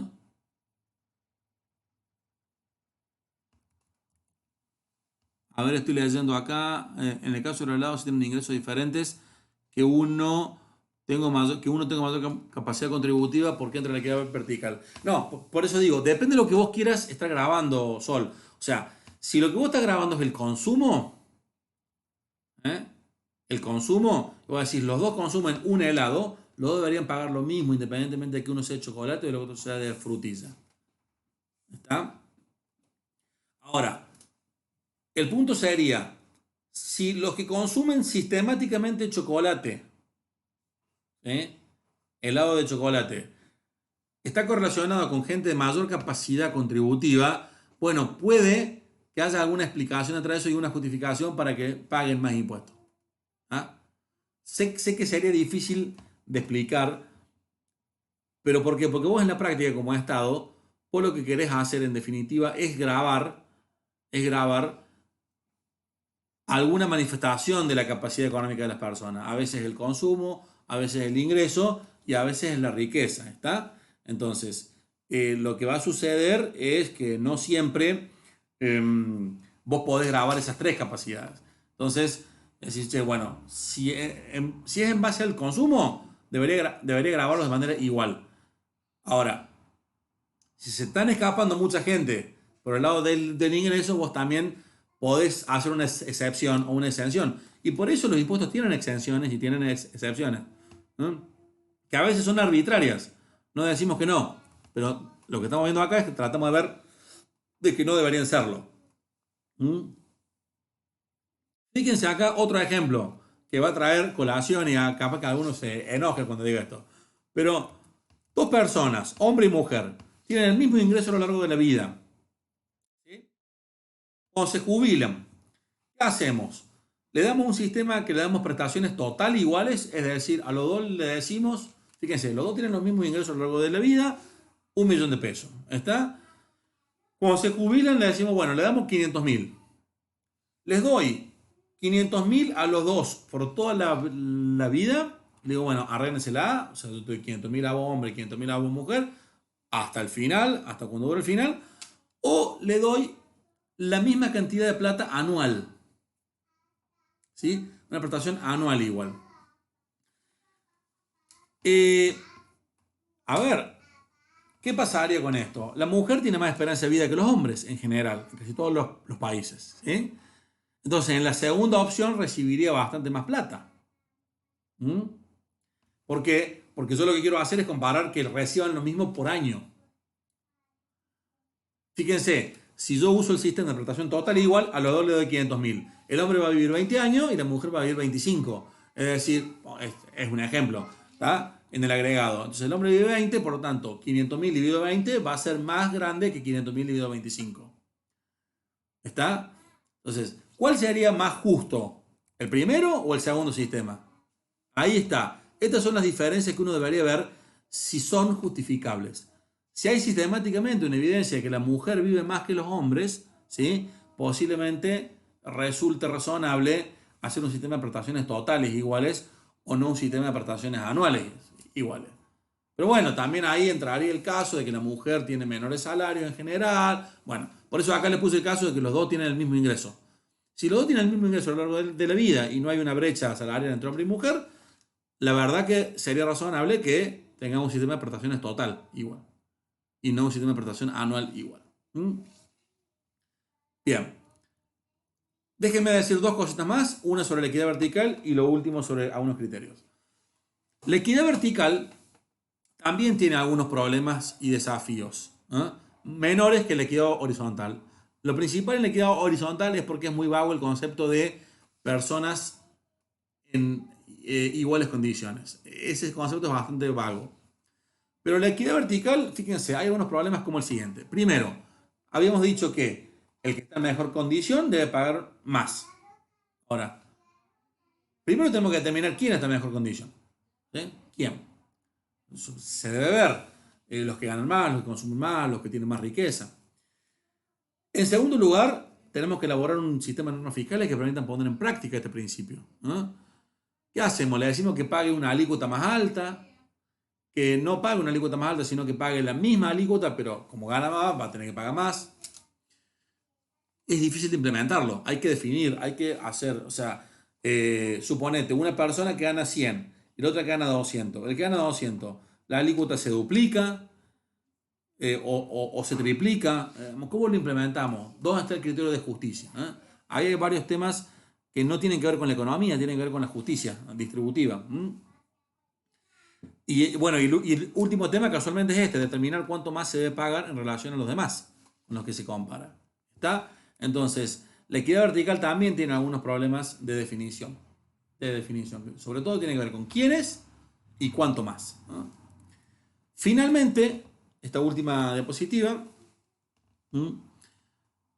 tiene que ver con qué criterios se usan en la práctica para establecer impuestos. Porque hasta ahora le hablé bastante de teoría, pero en la práctica es importante saber cuáles son los criterios más usados. Los principales criterios que se utilizan para gravar en el mundo tienen que ver con definir 3 o 4 tipos de materias imponibles. Primero es el ingreso como base imponible. ¿Está? El ingreso es bastante medible, es fácil de medir. Un empleado en relación de dependencia tiene un sueldo que es fácil de saber. Un profesional independiente tiene un nivel de facturación que si es en blanco, supongamos que fuera en blanco, es fácil de medir y de conocer. Una empresa también tiene un ingreso anual, ventas menos gastos, ventas menos costos, ingreso bruto, ingreso menos costos. Tenés una ganancia, tenés un ingreso. ¿Está? Si vos tomás el ejemplo de que el ingreso más alto tiene una capacidad de pagar impuestos más alto, en general tomar el ingreso como base es una buena medida. Suelen ser impuestos de tipo progresivos. ¿Por qué? Porque los que tienen mayores ingresos pagan más proporcionalmente que los que tienen menos ingresos. ¿Está? Bien. Ese es un criterio, el ingreso como base. La consulta tuya, Sol, ya termino la clase y te la respondo. Sol no, Gaby. Bien. Otro criterio sería tomar el consumo como base. Fíjense, el consumo generalmente es menor que el ingreso. ¿Sí? Porque yo tengo un ingreso de 100 y parte de ese ingreso lo consumo y parte lo ahorro. Entonces, si el ingreso es 100 y el consumo es 80, yo podría decir, bueno, grabo a las personas por lo que consumen. Entonces, sería grabar a las personas por lo que obtienen y no por lo que generan. Ahora, fíjense un problema que puede surgir acá, que ya lo van a ver en el práctico, capaz que lo hayan visto. Dos personas, A y B, ganan 1000 por año por 50 años. De nuevo, vamos al extremo. Los dos ganan lo mismo a lo largo de su vida laboral por 50 años. La persona B ahorra 20% de su ingreso al mes. La persona A no ahorra nada. Entonces, la persona A va a tener 50.000 pesos al final de su vida. Mientras que la persona B, como ahorró y le dio un interés, va a tener 63.478. Vamos a suponer que el interés, no me acuerdo cuánto era acá. ¿Está? Ahora, ¿qué pasa? B va a terminar pagando más impuestos y no va a recibir prestaciones. Fíjense, en el caso de que fueron impuestos al ingreso, perdón, eso no está dicho ahí. Si se grabara el consumo, como A consume todo, A paga más de impuestos al consumo, ¿sí? Que B. Ahora, si yo grabara el ingreso, ¿sí? ¿Qué pasaría? B pagaría más impuestos, ¿por qué? Porque B tiene más ingresos, fíjense. A va a tener 50.000 de ingresos y B va a tener 63.478. Van a ser ingresos financieros, pero va a tener que pagar impuestos sobre esos ingresos. ¿Está? Entonces lo que pasaría acá es que B tendría que pagar más impuestos y de hecho no recibiría ninguna prestación, porque si luego de la vida el Estado tiene que darle jubilación a esas dos personas, seguramente le va a dar más jubilación a A que a B, porque A va a tener menos medios para vivir. Entonces, fíjense cómo ahí estamos empezando a meter una distinción entre impuestos a los ingresos e impuestos a los consumos. Esto lo vamos a ver mucho mejor en la unidad 5 y 6. Entonces, hay diferencias si vos grabas al ingreso o si vos grabas al consumo. Estas diferencias son en los incentivos. Tener impuestos a los ingresos o a los consumos hace que las personas consumen y ahorren diferente. Genera impactos. El tercer criterio es grabar a la riqueza. Después pongo el último ahí. La riqueza, lo que hacemos, grabamos un stock. Es fácil de recaudar. Es decir, esta persona tiene una propiedad, tiene un auto, tiene bonos, tiene dólares. Bueno, grabamos eso. Le ponemos una alícuota y le grabamos toda la riqueza como un bloque. O le grabamos cuando, por ejemplo, compra un auto. Lo que le grabamos no es la compra del auto, sino que le grabamos la cantidad de autos que tiene en un momento. O sea, el stock. Se está grabando un stock. Ese es otro criterio que vamos a ver que tiene algunas ventajas y otras desventajas importantes. Y finalmente, para terminar, ¿sí?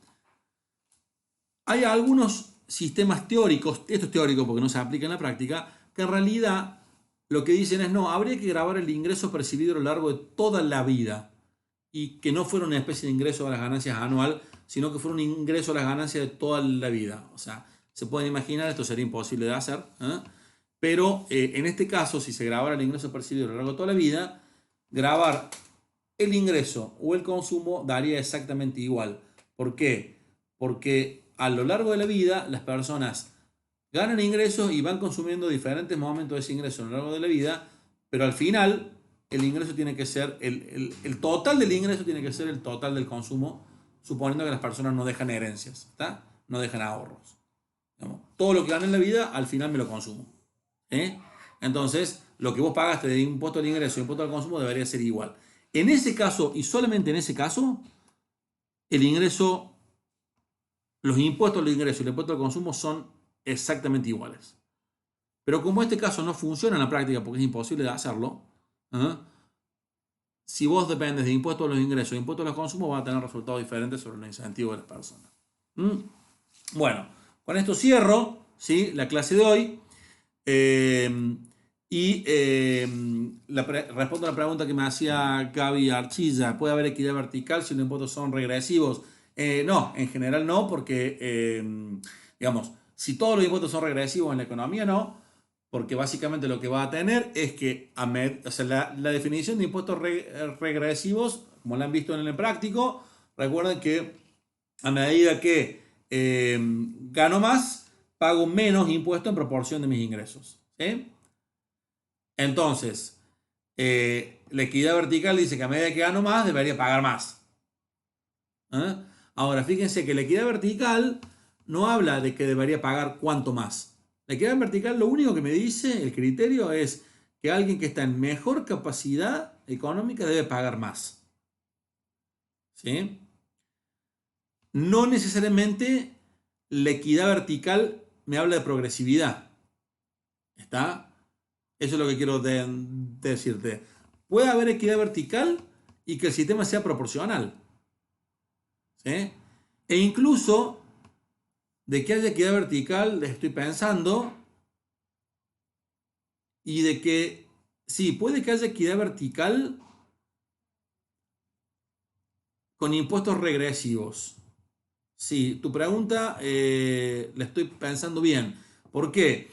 Porque vos podés tener una persona que, por ejemplo, yo gano 100 y vos ganas 50, ¿sí? Y la alícuota es del 10%. Entonces, bueno, el que gana 50 paga 5 y el que gana 100 paga 10. ¿Está? Yo gano más, yo pago más. ¿Está? O sea, ahí hay equidad vertical y el impuesto es proporcional. Ahora, supone que yo te diga, vos ganas 50 y vos pagás 10 y yo gano 100 y pago 5. No, en realidad hacerlo 5 no, pago 7,5. Entonces, vos que ganas 50 pagas el 10%, o sea, vos pagas 5 de impuesto. Y yo que gano 100 pago el 7,5, o sea, pago 7,5 pesos. Según la equidad vertical, se cumple porque yo pago más. Yo pago más impuesto que vos. Pero ese impuesto es regresivo. ¿Está? Porque proporcionalmente yo pago menos que vos al cobrar más. Pero la equidad vertical no habla exactamente de cuánto más tengo que pagar. Por eso hay que definirlo. Entonces, a ver, para cerrar esa consulta, Gaby, la, la idea detrás del principio de equidad vertical es que efectivamente el sistema sea progresivo. Pero la definición de equidad vertical como criterio base no lo da a eso. ¿Mm?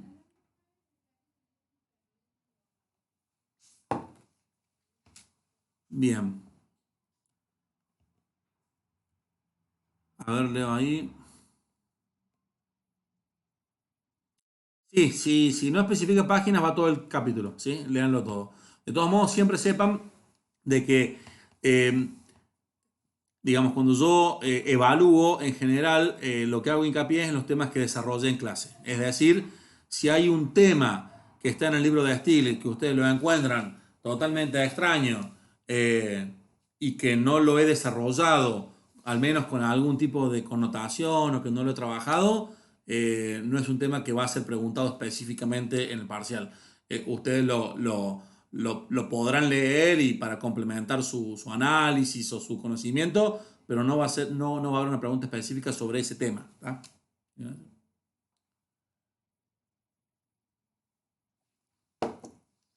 Bueno, entonces yo acá termino la clase. ¿Está? Ya es hora.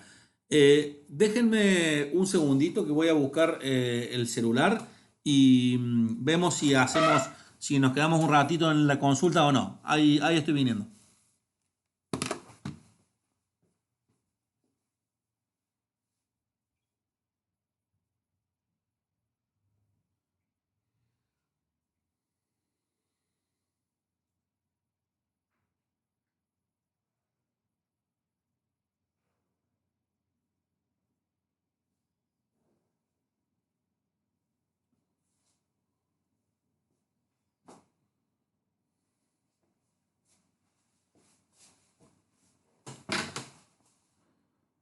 Eh,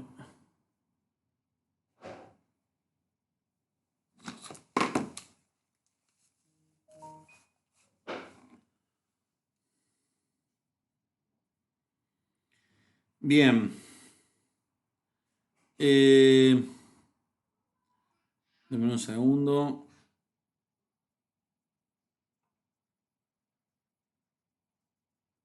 Quiero ver si tenía la posibilidad acá.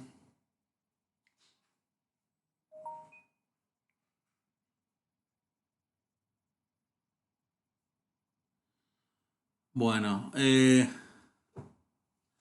sí, Florencia, bárbaro. Yo eso Gracias por comentarme esto. Sí, yo he leído, creo que es puntualmente. eh, es el profe Néstor Grión, creo que es el que suele hacer, los videos más cortos, que suelen durar menos los videos de él. Intuyo que es él el que puede tener una voz más baja. No creo que tengan ese problema conmigo, que yo suelo hablar bastante alto, así que bien. ¿Eh? Y bastante alto, además. Bien, ok. Dame un segundo. Ok, eso lo trato de ver si podemos hacer hoy hay un,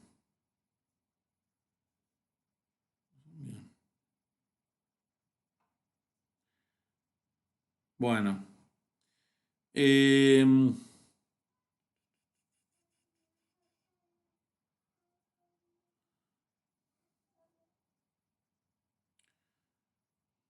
bueno, ahora yo les había dicho que podíamos hacer eh, una clase de consulta o de repaso, si ustedes quieren. Yo ahí me acabo de, a ver, déjenme ver, acabo de usar el vivo en Instagram, ¿sí? Eh, Ahí veo que algunos están siguiendo, déjenme ver. Así que ven, para empezar a utilizar algunos recursos diferentes, si quieren. Entonces lo que puedo hacer es cortar la transmisión de Twitch y si quieren podemos hacer consultas acá por Instagram Live. Ustedes las van poniendo y yo voy respondiendo, agregando en función de lo que vayan diciendo. ¿Está? ¿Les parece eso? Sí, también. Digo, la idea de que no sea una clase de repaso, la clase de repaso la vamos a hacer antes del parcial, el lunes 11, pero sí que tengamos una posibilidad de, tienen dudas con algo, con el material, con algún tema, con algún concepto, que lo podemos ver acá. Nos quedamos un ratito más acá, si quieren.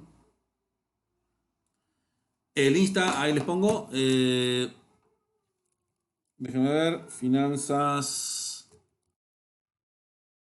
Ahí está, el que puso Alessandra, ese es.